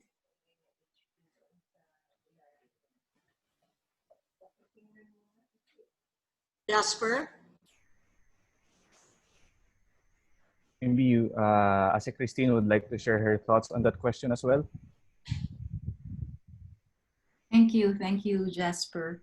Well, looking at it probably from a different point of view, but very similar approach. One of the things that I'd like to add to what everybody said also is the strengthening of, I believe, if we knew what was being planted where and properly connect it with the market, then the issues of oversupply will be addressed. The issues of deficiency also will be addressed, because an abundance of a certain product in one place will mean addressing the needs of another area as far as regional food sufficiency is concerned. So one of the things I think that we should also look into in the department is a reliable, updated, and very comprehensive database of our farmers, producers, all the agri-producers for that matter, and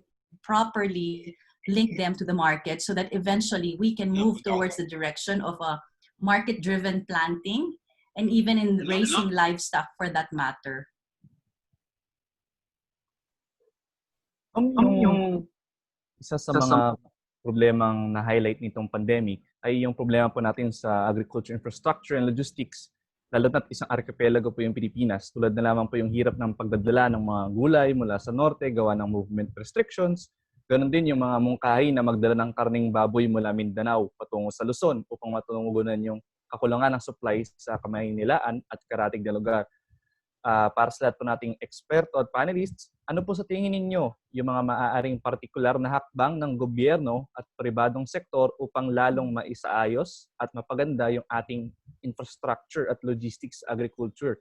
Kailangan po ba ng dagdag na pondo mula sa parte ng gobyerno o kailangan po ba tayo mag-PPP investments para ma-improve itong mga problemang ito?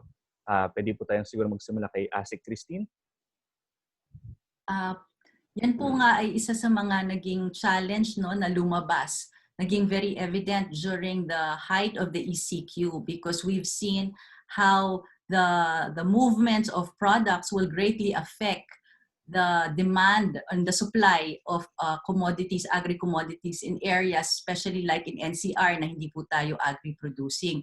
So ang tinitingnan po namin ngayon is how to improve yung logistics, how to partner, of course, with the private sector para ma-address po not only yung logistical needs, which is the movement of the commodity, but also the proper storage of the agri-commodities to extend the shelf life and to make sure na yung produkto po na dinadala natin dito from other regions, whether this is tawid dagat or, by land, they are all food safe. Meaning, hindi po natin pwede i-compromise ang safety ng ating commodities. I think this is where private sector partnership will really come in to help us know also what are the areas that funding might be required as a way to catalyze and to make sure that yung logistical problems, including pre-positioning po ng ating agri-commodities, will be something that is institutionalized as well. We may go on to Sir Tito. Sir Dizon, what are your thoughts po?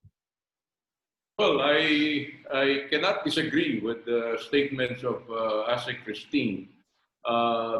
Tama yung sinasabi niya na clearly identified naman natin kung saan ang gagaling, saan yung central production areas ng specific products, and therefore the challenge is really how to bring produce from point A to point B where it is needed.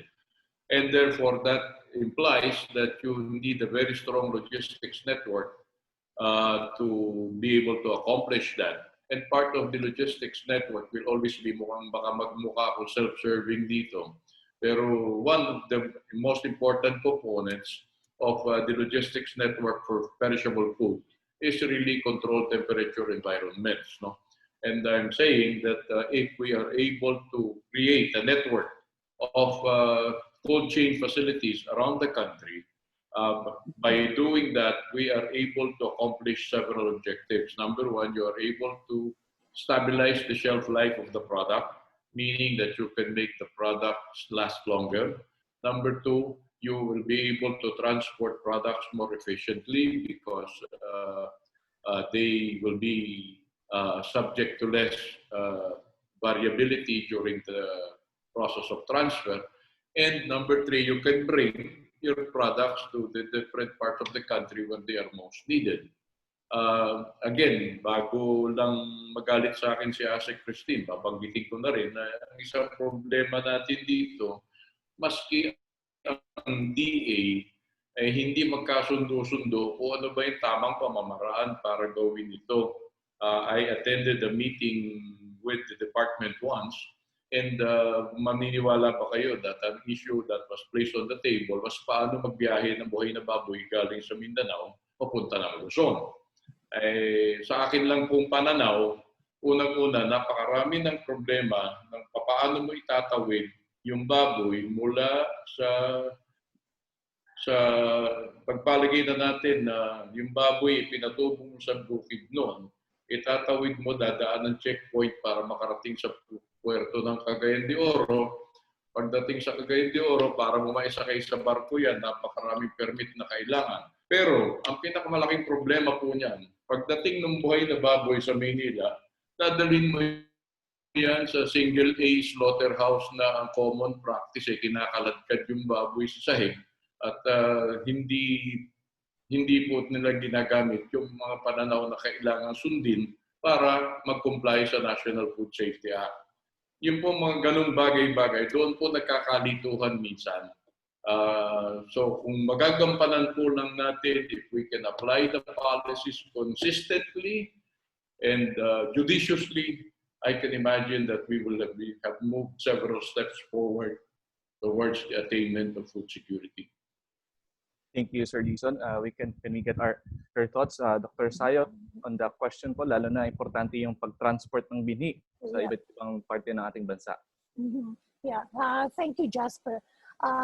Siguro, I would like also first to point out na maybe we should be able to develop the capability of these island provinces to produce their own food and not to be too dependent on imports, from other provinces. That means really investing on infrastructure, knowledge transfer, and the like. Apart from this, of course, there are really areas where they are more productive because some crops, are very suitably grown in their areas. I think we should be able to see it through a food system approach. The commodity roadmaps are good, but I think they should be interconnected and form part of the food chain. And the logistical aspect should always be a part of these commodity roadmaps. And next is, I think we need to align the build program to the plant program.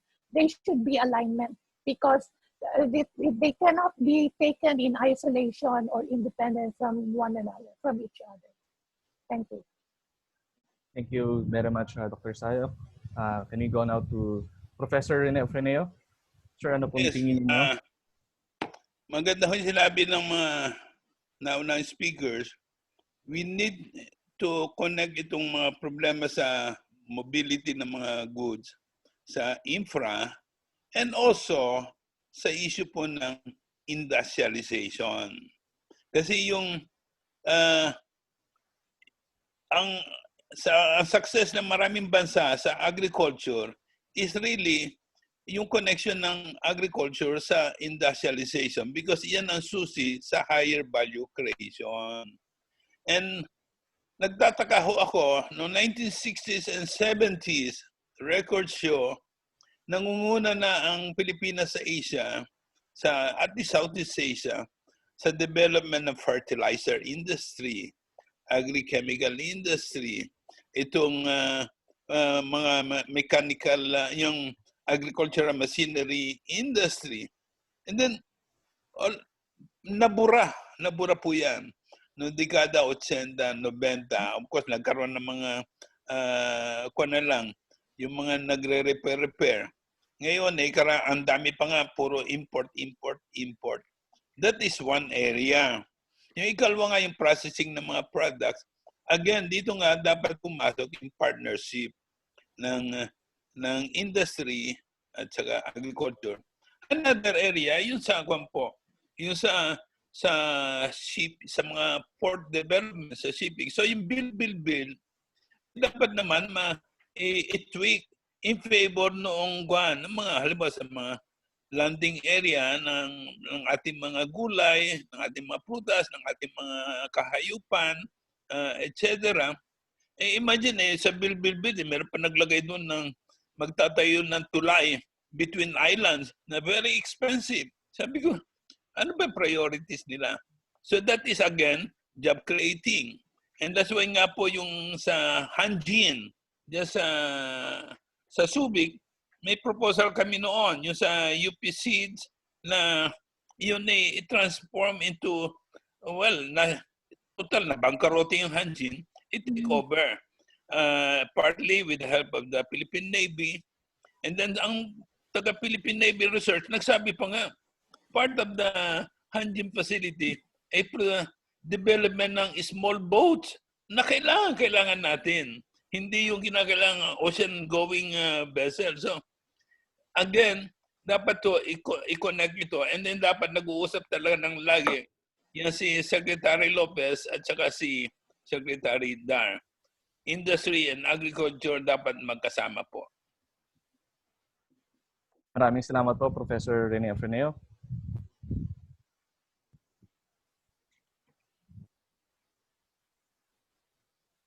Miss Jen? Yes, babasahin ko na po ang mga tanong galing sa ating FB page. Ito ay galing kay Albert Evardome. What are the thoughts of our panelists and speakers about RA 11203 or the rice tarification law? Siguro mas ang makakasagot niyan si Professor Rene.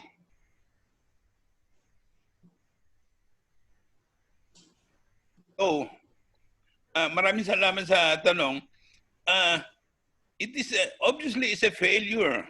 Although medyo siguro ayaw naman ng ating kalihim na masaktan yung ilang mga legislators na author ng batas. Medyo sumasayaw siya doon sa RTL. But you see, isang example na why it's a failure. Nung bumagsak ang presyo ng palay, todo-todo, sino ho ang nakialam na hindi pwedeng bumagsak ng todo-todo? No less than our president. Nakialam siya.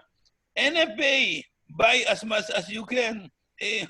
Of course, it's in the name of yung buffer stocking down. But Secretary Dar also went around sa mga rice-growing provinces talking to the governor, please buy. Again, medyo deviation yan. And then there was a time na, I think this year, na kinakailangang mag-import ng rice pero hindi ginagawa ng private sector. So, kinakailangan mo dapat NFA pero mababiolate mo yung RTL. So, kinausap nila yung PITC. Is a government corporation para mag-conduct nitong government-to-government rice importation.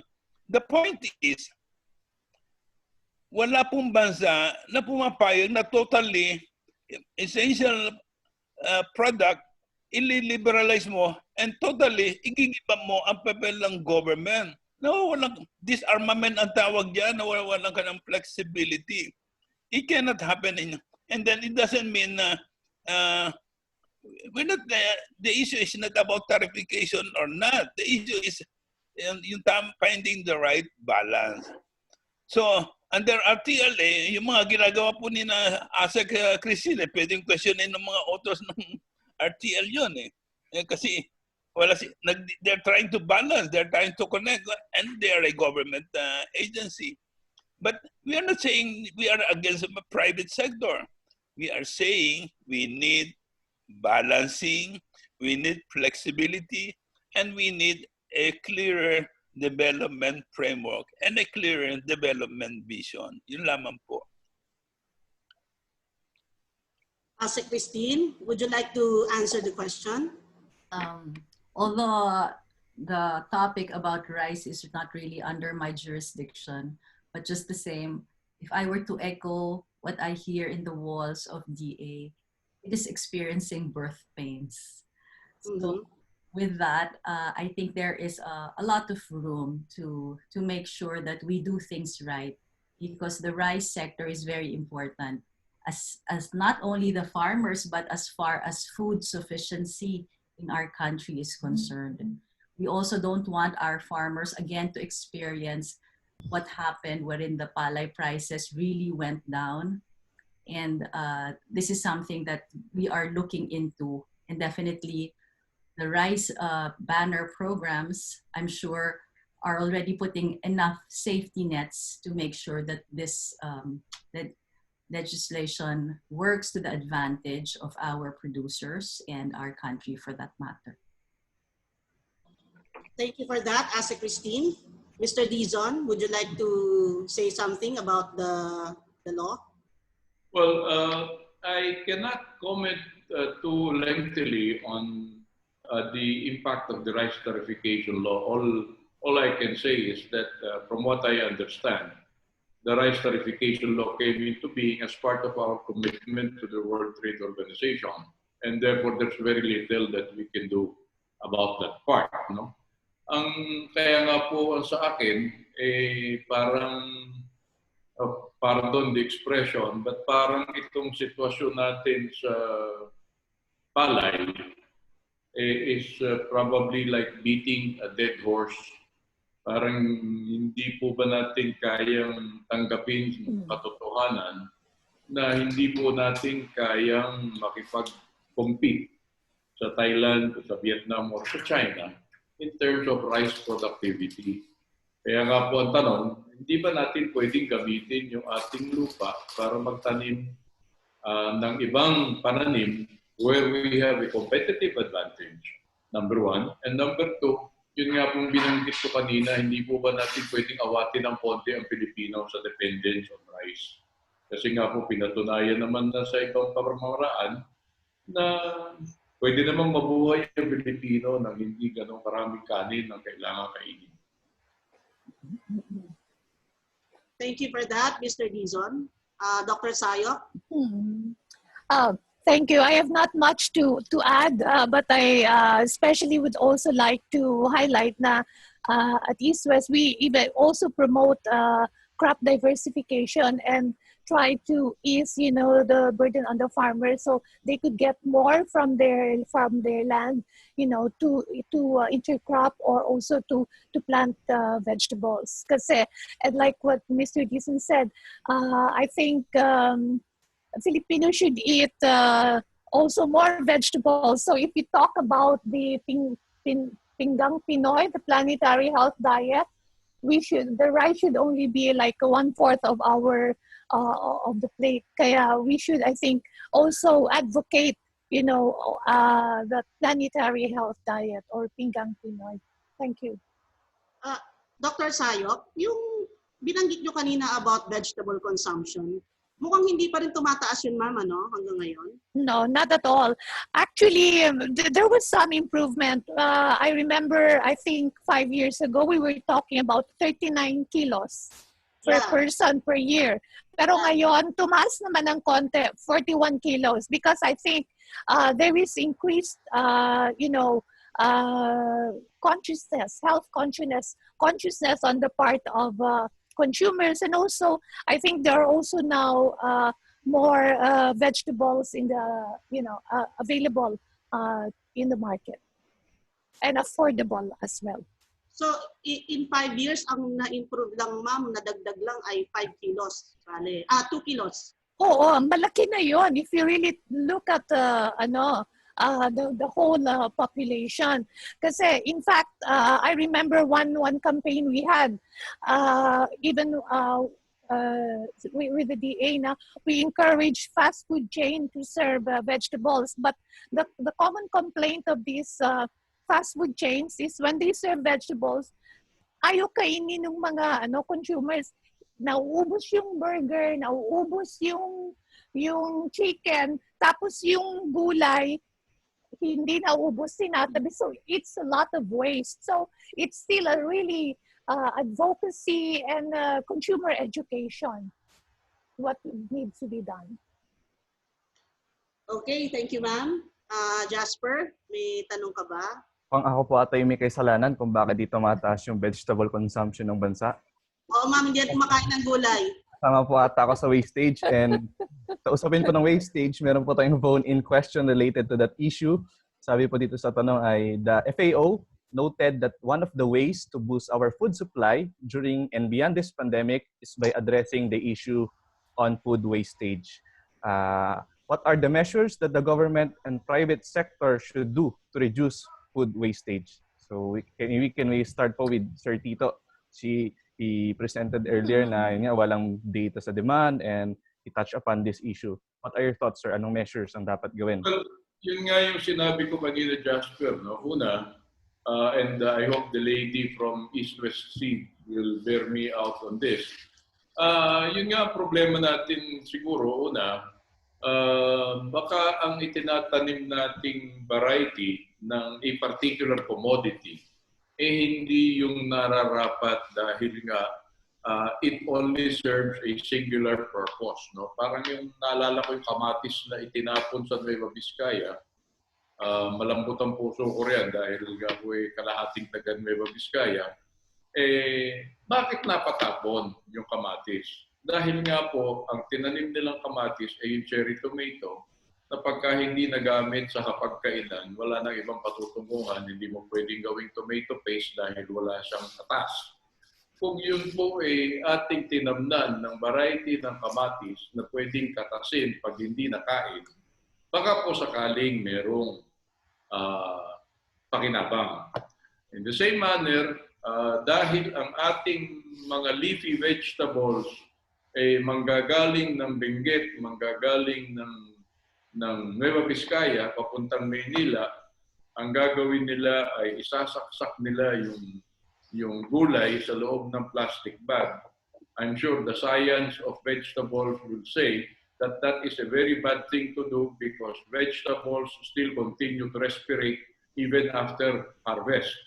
Pagka sinaksak mo, parang ikaw din yun. Pag isinaksak ka sa sumpot na plastic at siksikan kayo doon, palagay ko, walang aabot ng buhay ng Maynila. Which is also the result, which also ends up in a lot of waste. By our measurements, the wastage on leafy vegetables is a minimum of 30% upon arrival in the destination market. So yun po yung mga bagay-bagay. We can go on and on, but at the end of the day, it is perhaps a need to depart from traditional practice. Tanggapin po natin na yung ating mga ginagawa noong araw ay maaaring hindi na angkop ngayon dahil iba na ang panahon ngayon. Unang-una, maski sa ating pansariling consumption, nagtatapon tayo. Pangalawa, kung tayo ay magsusubok na magdala ng ating produkto sa ibang merkado, sa ibang bansa, pagpalagay na, ay hindi po tayo papasa. So we need to act on our own individual initiatives to ensure that we utilize one operating standard and one hygiene standard and one sanitation standard, regardless of whether the market is intended, the product is intended for the local market or the export market. Thank you, Sir Dison. Dr. Marian Sayok, do you have anything to add aside from what you mentioned earlier po? Yeah. I agree with Mr. Dison here. I think consumers drive production. Farmers would produce what the consumers would prefer or would demand. So when Mr. Dison talked about yung mga tomatoes, there are varieties that are different varieties for tomato processing, for table tomato, for salad tomato. So I think there is a wide choice, and farmers have to choose what varieties they would plant based on the demand of the market. So I think, like what you said, there should really be a good integration of production and consumption and the market. I think that's what we really need. That data and those studies. Thank you, ma'am. Can we go to Ase Christine po? Ma'am, I understand na part din ng Kadiwa last time we talked to you na may balak ding value adding, ma'am, kaya to address this oversupply, and one recently in-announced ng DA is a 20 billion or 20 million, I think, a processing facility for kimchi sa Benguet, ma'am. So what are your thoughts, ma'am, on the issue of food wastage and how do we somehow solve this issue po? Yes, sir. First of all, I very much agree with what Mr. Dizon and Dr. Mary Ann mentioned about, market-driven production. What is important here, the key role, I think, also lies on the communication between among Department of Agriculture, the municipal agriculturists, and also the farmers. Why am I saying that? Because since we have identified the market, what they need, what variety they will buy, it's almost as close as contract growing. Now we have to be able to communicate this properly to our farmers so they will plant the right variety, and the cropping calendar is also something that has to be taken into consideration because it has to reach the market on time. If the farmers are able to do this, then they can have a sustained business wherein they supply the likes of restaurants, hotels, eventually get into export, if we properly capacitate them. Aside from that, so market-driven, how to get that information to our farmers are very crucial. And then with regards to the processing plant, yes, because, there are ways of saving products. But again, that is just to me, that is something that you have to have an intention when you plant. Are you harvesting kamote because you're going to make kamote chips? I mean, I don't like a farmer doing kamote chips kasi mabubulok na their product, diba? Because if that is our approach, then we're not solving the problem as well. Yes, there are several processed agri-commodities that are a lucrative source of income, but I think it will all boil down to our farmers should know and should be properly guided on what to plant and what to do with their products as well. Thank you, ma'am. Professor Ren, do you want to add something on the discussion, sir, on the food wastage issue? Prof? Answer. Na-disconnect ako do sa itong internet sa UP on and off program. And sir, ano po yung thoughts niyo, sir? How do we resolve or address the issue of food wastage sa bansa? Yung wastage talaga matagal ng problema yan. And that's why nga we need yung integrated approach and then also yung all-out yung modernization. But kapit-kapit eh. That's why yung starting point nga dyan, at farmers, ang tendency ng government natin, naghihirap magsaka, bigyan sila ng support services. Sa akin naman, bago sila bigyan ng support services, transform muna sila. And, we talk a lot in the Philippines about agribusiness. Dapat ang manguna sa agribusiness are the small farmers.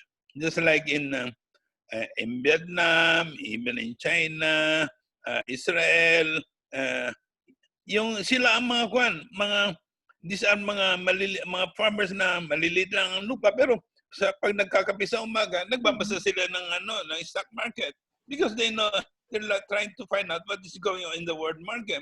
Ay dito ang mga farmers parang mga piyon, hindi na nakaalis sa sitwasyon nila noong panahon ng Kastila. So they have to be kaya kinakala yung transformation program. And of course, papasok din support services at tapos yung mga modern practices, mababawasan po yung issue ng wastage. And then sa wastage naman, yung pong ginagawa ni Mr. Dizon, napakahalaga yon sapagkat Ang dami nga sa nakita ko nga doon sa isda lang, ang dami na waste dahil sa walang cold storage facilities. Lalo na sa mga perishable na mga gulay. So, all of this should come together. But sino magkokompas? Sino magbabaton? You need the government there. So, let's ko lang balikan yung sa RTL natin. Pinasa ba natin yan because requirement yan ng WTO? Ang WTO po, hindi sinasabing i-abolish mo yung NFA. Hindi niya. Ang sinasabi lang, i-tarify. Hindi rin sinasabi ng WTO na i-tarify mo at this rate. Otherwise, mawi-withdraw sa membership yung Indonesia, yung China. These are all important. Katulad natin, nagpo-produce just enough, pero kuminsan nag-i-import ng mga 5 to 10%. Pero meron silang bulog, meron silang mga rice agencies, nagbabalas, tinitin nila ang presyo ng mga dapat tanggapin ng mga magsasaka, presyo ng dapat tanggapin ng consumers. The government is there, balancing. Pero inalis ng RTL yung ganung papel, kaya hirap na hirap si Secretary Dar dito sa ginagawa niya dito sa nung nagkakampanya siya around the country. Uy, tulungan naman niyo yung mga magsasaka. Mr. Governor, bili kayo. So, in other words, malaki ang pagkukulang. It should be reviewed. And many other agricultural policies should be reviewed. Again, mahalaga po yung issue ng partnership. I'm not against private corporation, but they should clarify anong papel nila. Hindi sila dapat mag-displace ng mga magsasaka. Magtulungan sa pagtatayo ng mga ng agri-based industries. Magtulungan sa pagpapalaki ng value chain ng mga products. And then, magkaroon ng equitable sharing. And then, one major item po, R&D, Research and Development. We have UP Los Baños, pero hindi ko nakikita ng resource ng mga output nila. We have Picard. Ang taga na po niyang Picard na yan. We have MS sa Mindanao, MCU. Meron tayo dyan sa Nueva Ecija, mga agri-universities. Ang problema po ng mga agricultural universities in the Philippines, wala nag-enroll ngayon. Nagbibigay sila ng scholarship, walang kumukuha because parang walang future ang agriculture. We hope ito mababago ng mga official na katulad ni Christine at saka they should be more assertive on sa papel ng agriculture in this time of pandemic, in this COVID times, and in the post-COVID period. Thank you, Professor Rene. Ms. Jen? Meron tayong question ulit na babasahin galing sa ating Facebook page ng Fiera de Manila. Kay Mr. Dizon, na-mention niyo daw po ang plantitos and plantitas na isang temporary solution. Pwede na kaya yung mga amateur plantitos and plantitas daw na tumalon sa commercial production? Medyo malaking talon po yun. I would imagine that Dr. Sayok might be in a better position to answer that question. Ang akin lang po paranaw dyan, yun po kasing plantitos and plantitas, sabi ko nga kanina, is only a means, an immediate reflex reaction to provide us ng pantawid gutom. Kasi nga po, bibigyan ka ng binhi, magtatanim ka, aani ka para meron kang makain.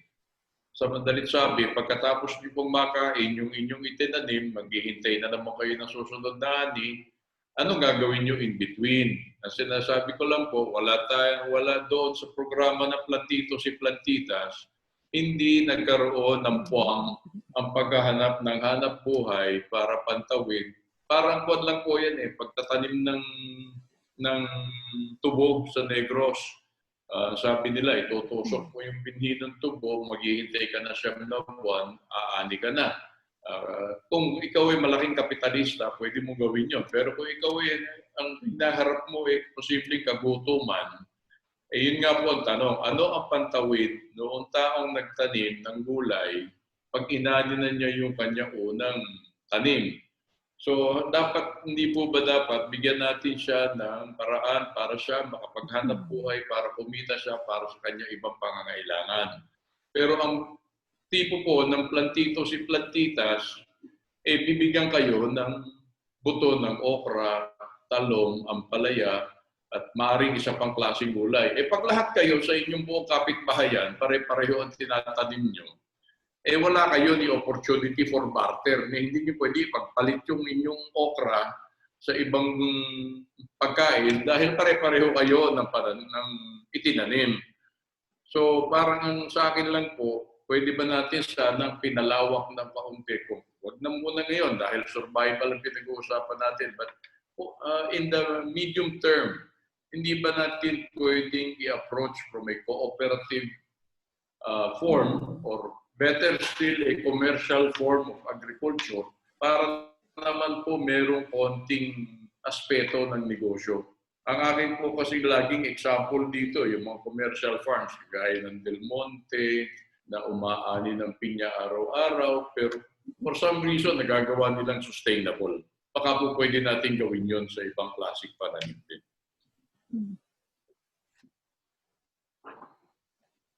Yeah.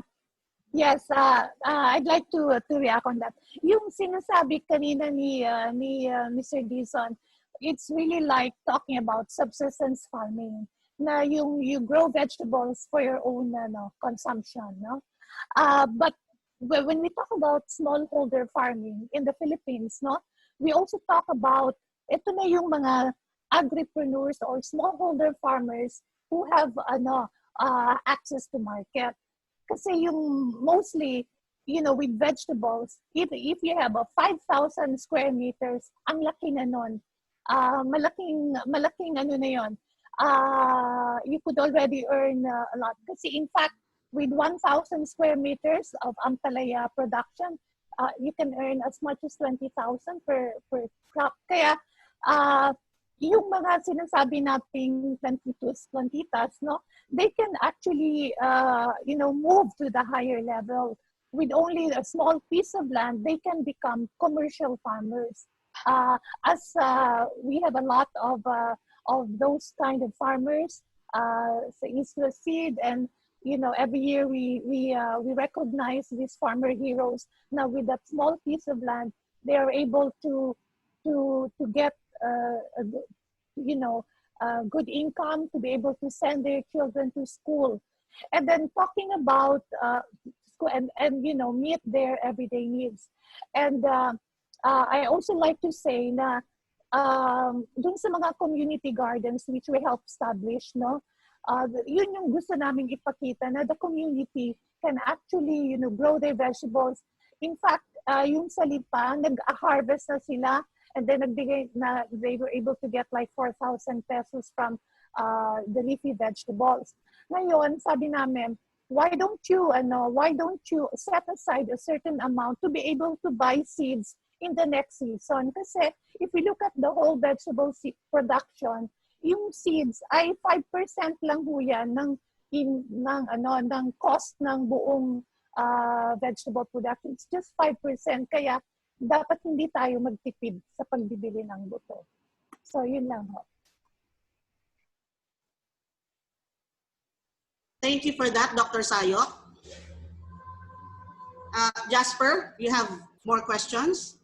Pero ito na po yung ating last question. Also from our Facebook Live po, courtesy of Fia de Manila, from Ms. Maria Villena. What are your thoughts daw po about localized productions, particularly LGUs, developing and planning their own food production to lessen the dependency on transportation and logistics? Maybe we can start po with Ase Christine. Wala to si Ma'am. Sorry, Jasper. Okay. I lost my connection. We can start siguro po muna kay Sir. What was... And ano daw po yung thoughts niyo, ma'am, on localized production, particularly LGUs leading, developing, and planning their own food production para ma-solve din as a solution po sa issues on logistics. At least nandun na po sa area nila. That is something that is very welcome, and that is also part of our direction directions wherein food sufficiency per region, per province is something that we are pushing, as well as there is such a thing as farm consolidation and clustering and crop diversification. These are the terms that we always discuss in our MANCOM meetings in DA, because this is the direction we feel that LGUs should also partner with us to be able to make their area food sufficient. Crop diversification is very important because it will ensure not only food on the table of everybody in their area, but also a means of livelihood for their constituents as well. From the agribusiness point of view, we look at food production not only as sustenance for your own family, but as a livelihood opportunity.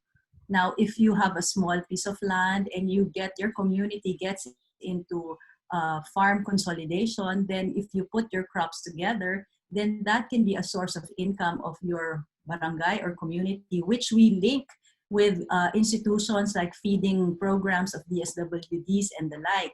You know, when you have an institutional buyer, they will not naman buy tingi-tingi from different people. So what you have to do is to really consolidate, diba, among communities. So I think the LGU leadership is also very important to make sure that their constituents understand how agriculture can not only sustain the next meal of their family, but also become a livelihood opportunity as well.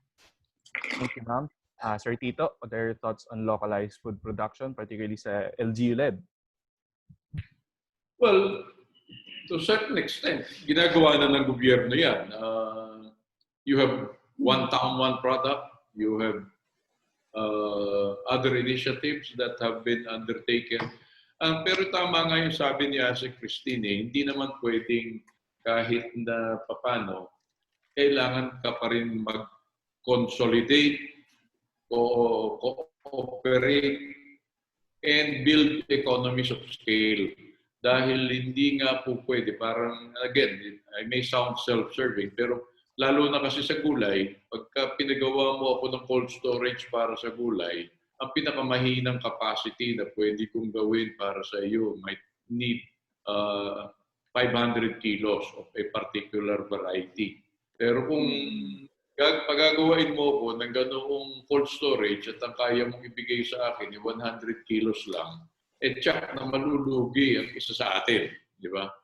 And therefore, it has to be a coordinated and a concerted effort to pull us out of the situation we're in today and come up with a unified approach, if it were, to elevate the agribusiness industry to a higher plane. Thank you, sir. Dr. Sayop, do you want to add something to that? No, I totally agree with Asa Christine and Mr. Dison. Ginagawa na nga yan, and I think we really need to encourage small LGUs to set aside, budget for local food production. I remember during the height of the lockdown, may mga LGUs which prevented yung mga traders from coming in, or even yung mga farmers bringing their produce out of their provinces or out of their towns. Kaya doon natin talaga makikita how important it is to grow, your own food, so local food production. Thank you. Thank you, ma'am. Professor Rene Freneo, may gusto po ba kayo dagdag? Yeah, thank you. You see, the critical role of LGUs cannot be overemphasized, and we have seen this in this during the lockdown, and how some very forward-looking mayors were able to address some of the problems of their constituents, health and food wise. Now, in the absence of a national land use planning now devolves mainly to the LGUs. So sila, sa level nila, they can, yung sinasabi ni Mr. Dison, they can do some mapping about sa bayan nila, area nila, ano mga pwedeng itanim, ano rin na mga industries na dapat itayo. And they can use the facility of IT. I remember in Tarlac, doon sa isang bayan doon, when somebody was applying for the establishment of a rice mill, they look at the computer and they said, "Sir, there are several rice mills already in this area. Why don't you go to another area? Or why don't you develop, you go into other agribusiness areas?" In other words, kinakailangan talaga mayroong facilitating role ang LGUs at kasama sila sa pagmamapa. Mapping is very important. Right now, ang DA, nung the previous administration, I don't know, up to now, they have this color-coded map. Ito yung color-coded map ng Guana. The whole country, barangay by barangay, na imapa po yan in terms of ano ang pwedeng itanim based on the quality of soil or the available. Hindi ko lang alam kung ito po ay nasusunod. Meron din pong dito sa Quezon City, yung barangay Holy Spirit. I remember yung barangay captain dyan. Sinabihan niya mga tao niya, we should lead dito sa wala tayong land area to plant vegetables, pero manguna tayo sa hydroponics. And then tatanggalin niya sa payroll yung mga employees na hindi makapagre-report ng tinanim na gulay. Ito po ang example na pwedeng gawin ng LGUs. And so, malaking magagawa. And in relation to this, let me conclude by saying na sa LGU, mahalaga po yung rural community development. At dito, pinupus naman namin, sana yung samahan ng mga kababaihan, magtulong-tulong sa pagpapalakas ng tinatawag natin DRRM, Disaster Risk Reduction, Resiliency Building. Pero hindi just climate change resiliency, but also economic resiliency, social resiliency. Diyan papasok din yung communal garden mo. Diyan din papasok yung pagtatayo ng inyong community center. At yung community center mo, pwedeng diyan mag-aral ang mga tao. At ang isang pwedeng magawa ng LGU, yun na nga, through the community centers, palakasin yung tinatawag na extension. You see, under the local autonomy law, nasira ang extension program ng Department of Agriculture. Dati ang lakas-lakas po niyan. Ay napakahalaga po ng extension in yung sa pag-share nga ng human resource know-how. Paggawa lang ng farm accounting, farm business planning ng isang magsasaka, kahit ba siya no read no write, mahalaga yan. Pagpili ng mga seeds.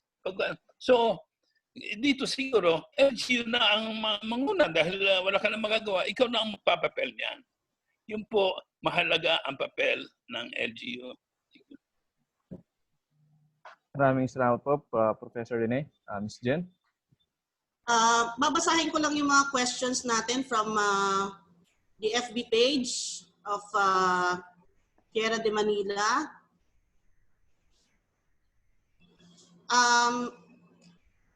Meron dito, ang comment niya pala, hindi tanong, mahina daw po ang consumer education sa Pilipinas. Paano nila ma-drive ang production kung sakali? Ang alam lang daw kainin ng mga Pinoy usually ay fast food. Anong masasabi ninyo doon?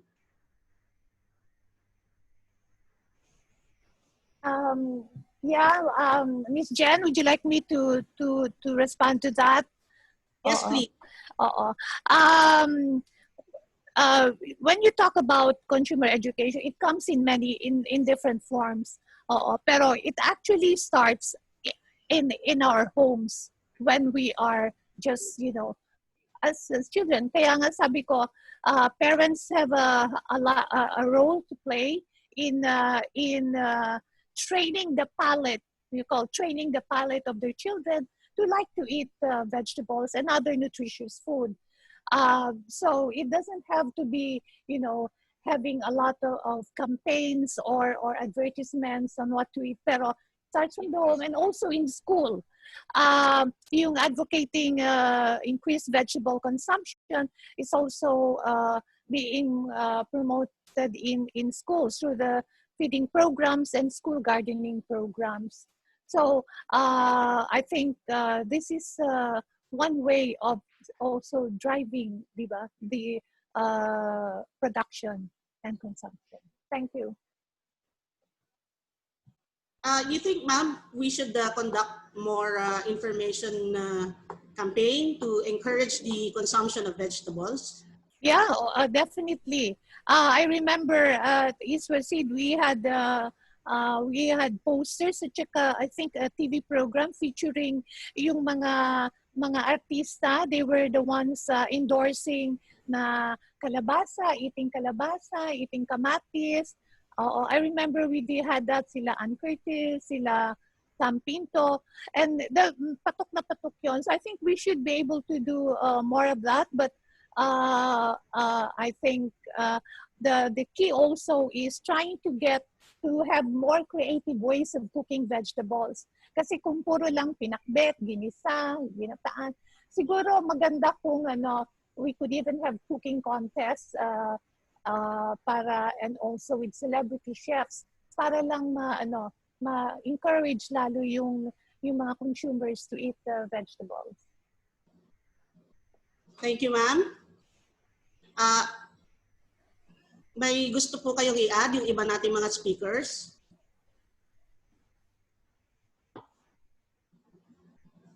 Alright. Meron pang isang tanong from Manny Arcilia. Bakit daw yung ating build, parang kulang ng proyekto para sa pagpapababa ng presyo ng kuryente? Na isa sa mga importante daw na component sa food production.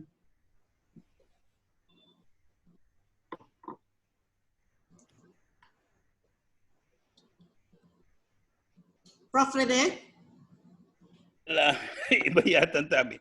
But you see, magto 20 years na po itong IPIRA. And naranasan natin yung bill shock na binigay ng Meralco, and up to now, mainly have not recovered from that. Even the Senate. You see, ito pong IPIRA should be reviewed. And then I don't know why we are not shifting to renewable energy when yung pong mga solar farm, by the way, there's another farming. Ang solar panels po ay cheaper, except nga lang matrabaho. But that's good because labor intensive. At yun po ay dapat ko. Many of the irrigation projects na maliliit ng Department of Agriculture are solar driven. So dapat, and then mahalaga po sa mga rural areas na lalo na wala pang kuryente, yan. So solarize at saka microgrid. So mahalaga po yung kuryente. And then lalo na, sinasabi po ng Mr. Dizon, yung mga cold storage, in some areas, wala. So yung build, dapat ayusin niya. Kung ako po tatanungin, dapat there should be a holistic review ng build. Yung mga big ticket projects na magbe-benefit lang ay yung mga ilan lang mga mayayaman o mayayamang areas, i-tweak po in support of, halimbawa, rebuilding ng mga rural communities na medyo nahirapan. Yung mga coastal communities all over the country, ang hirap po niyan. Pero when you tweak, maliit lang ang gastos mo dyan, ang daming makikreate na jobs, and then you don't have, hindi kinakailangan yung napakalaking pera. I'm talking in particular, yung build na ang government ang gagastos. Kasi ang build po natin, may mga hybrid.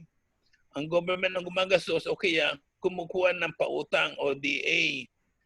Okay lang siguro kung yung everything shouldered nung private sector at yung project niya, good for the town. Pero pag ang pera magagaling sa government, magagaling sa utang, dapat po i-evaluate yan. Ano ba mas malaking multiplier effect? Kung ito i-tweak mo in favor dito sa mga rural poor, indigenous poor community, coastal poor communities, yung building itong mga kwan, yung supply yung vegetable supply chains ni Ma'am Christine at Dr. Sayop, lahat yan. So, mahalaga po yung bill ay ma-review in favor of itong rebuilding ng ating agriculture. Okay. Jasper?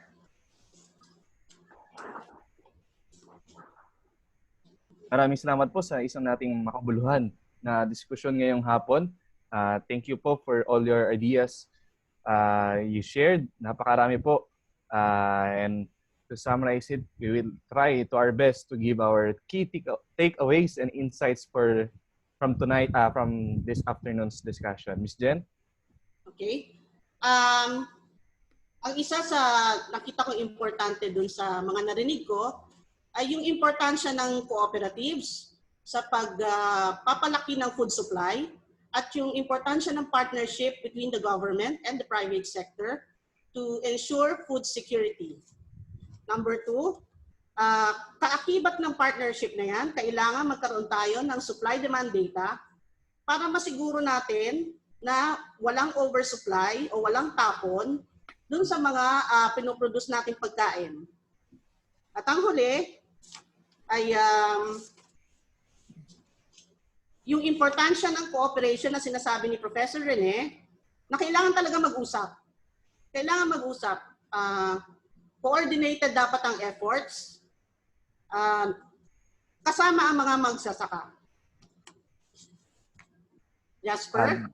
Dagdag ko lang po no, na isa sa nakita natin sa diskusyon ngayong hapon ay every crisis is an opportunity. Nakita po natin na may magagawan po pala ng solusyon ng ilang ating mga problema sa supply chains.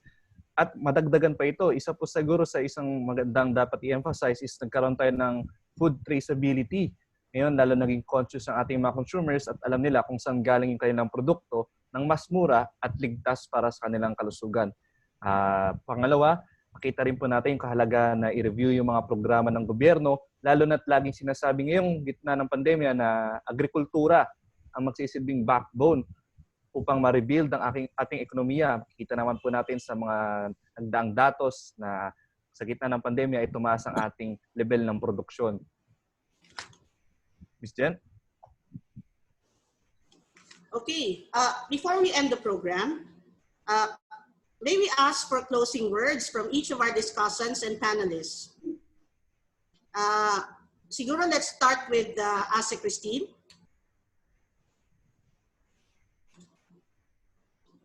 Thank you very much, Ma'am Jenny and Sir Jasper and everybody here with us, Dr. Rene, Sir Anthony, and Dr. Mary Ann. Your insights are very valuable. In the Agribusiness and Marketing Unit of the Department of Agriculture, we value private sector partnership very much. We believe that we are at a time that agriculture is evolving.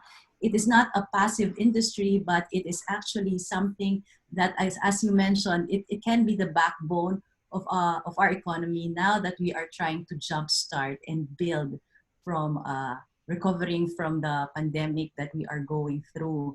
With that, you can also rely on agribusiness and marketing to work with private sector to make sure that all areas as far as keeping agriculture sustainable will be always taken into consideration. And both the farmers, consumers, and even everybody else as part of the value chain will have an equitable share of the market with the end in view of providing food security for every Filipino. Thank you very much for this opportunity again. Thank you, ma'am.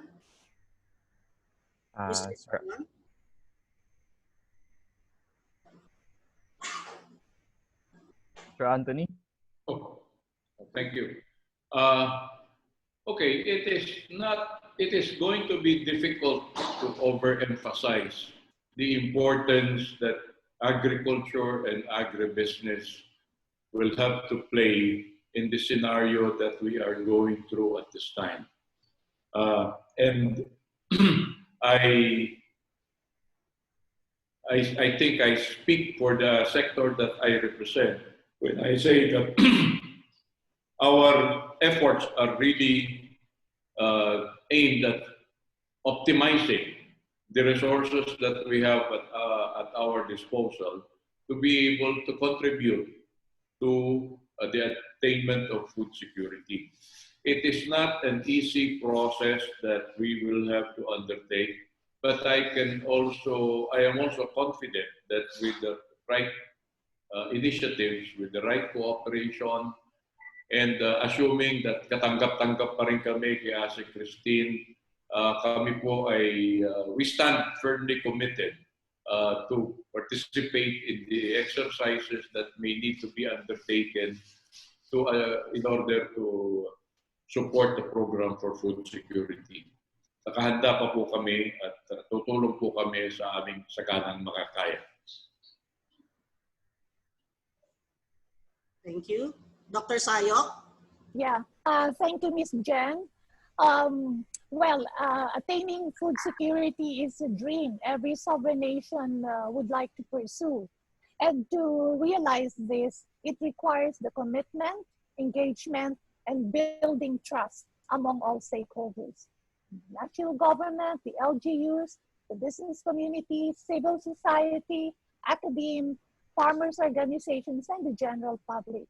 And I would like to reiterate that East West Seed is more than happy and willing to support the government's program to attain food security.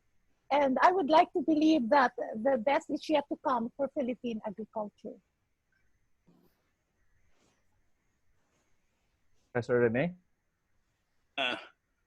Ilan po sumasaludo ako kay Ma'am Christine, Sir Anthony, kay Ma'am Marianne, at saka sa mga kasama sa Daily Mirror, sa Business Mirror, at saka iba pang mga organizer. This pandemic crisis presents us an opportunity to rebuild agriculture and rebuild the country. So let us not waste this crisis. Thank you. Thank you, sir. And before we end, we would like to request our experts together with all the moderators to have a photo op. Tingin lang po tayo sa camera and ready to smile in 3, 2, 1.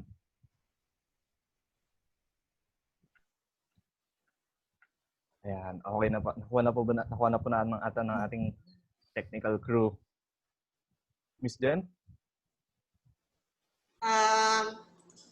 Yeah. We're supposed to present a certificate of appreciation to our resource speakers and experts. Pa-thank you namin sa inyo for, yun. We would like to present this certificate of recognition first to ASEC Christine Evangelista for imparting her valuable insights and inspiration during the webinar on challenges in attaining food security, agriculture, food security, and lessons from the pandemic, live streamed via Zoom on Facebook Live on August 31. The certificate was signed by our publisher, T. Anthony Cabangon. Thank you. Thank you very much. Okay.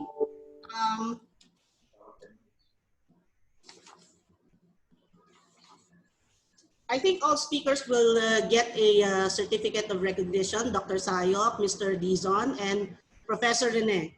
Maraming salamat po sa inyong pag-attend ngayon sa ating webinar. Sana hindi ito ang huli. At see you possibly in 3 months. Okay. Thank you very much. Thank you very much po. The organizers and the speakers. So I learned a lot. Thank you. Thank you po. Thank you. Thank you. Stay safe po and God bless us all. Yeah, thanks. Before we end, I would like to thank our sponsors, San Miguel Corporation, East West Seed, and our media partners, DWIZ, Filipino Mirror, Philippines Graphic, CNN Philippines, and DOOH. Maraming salamat po sa inyong lahat. Mabuhay!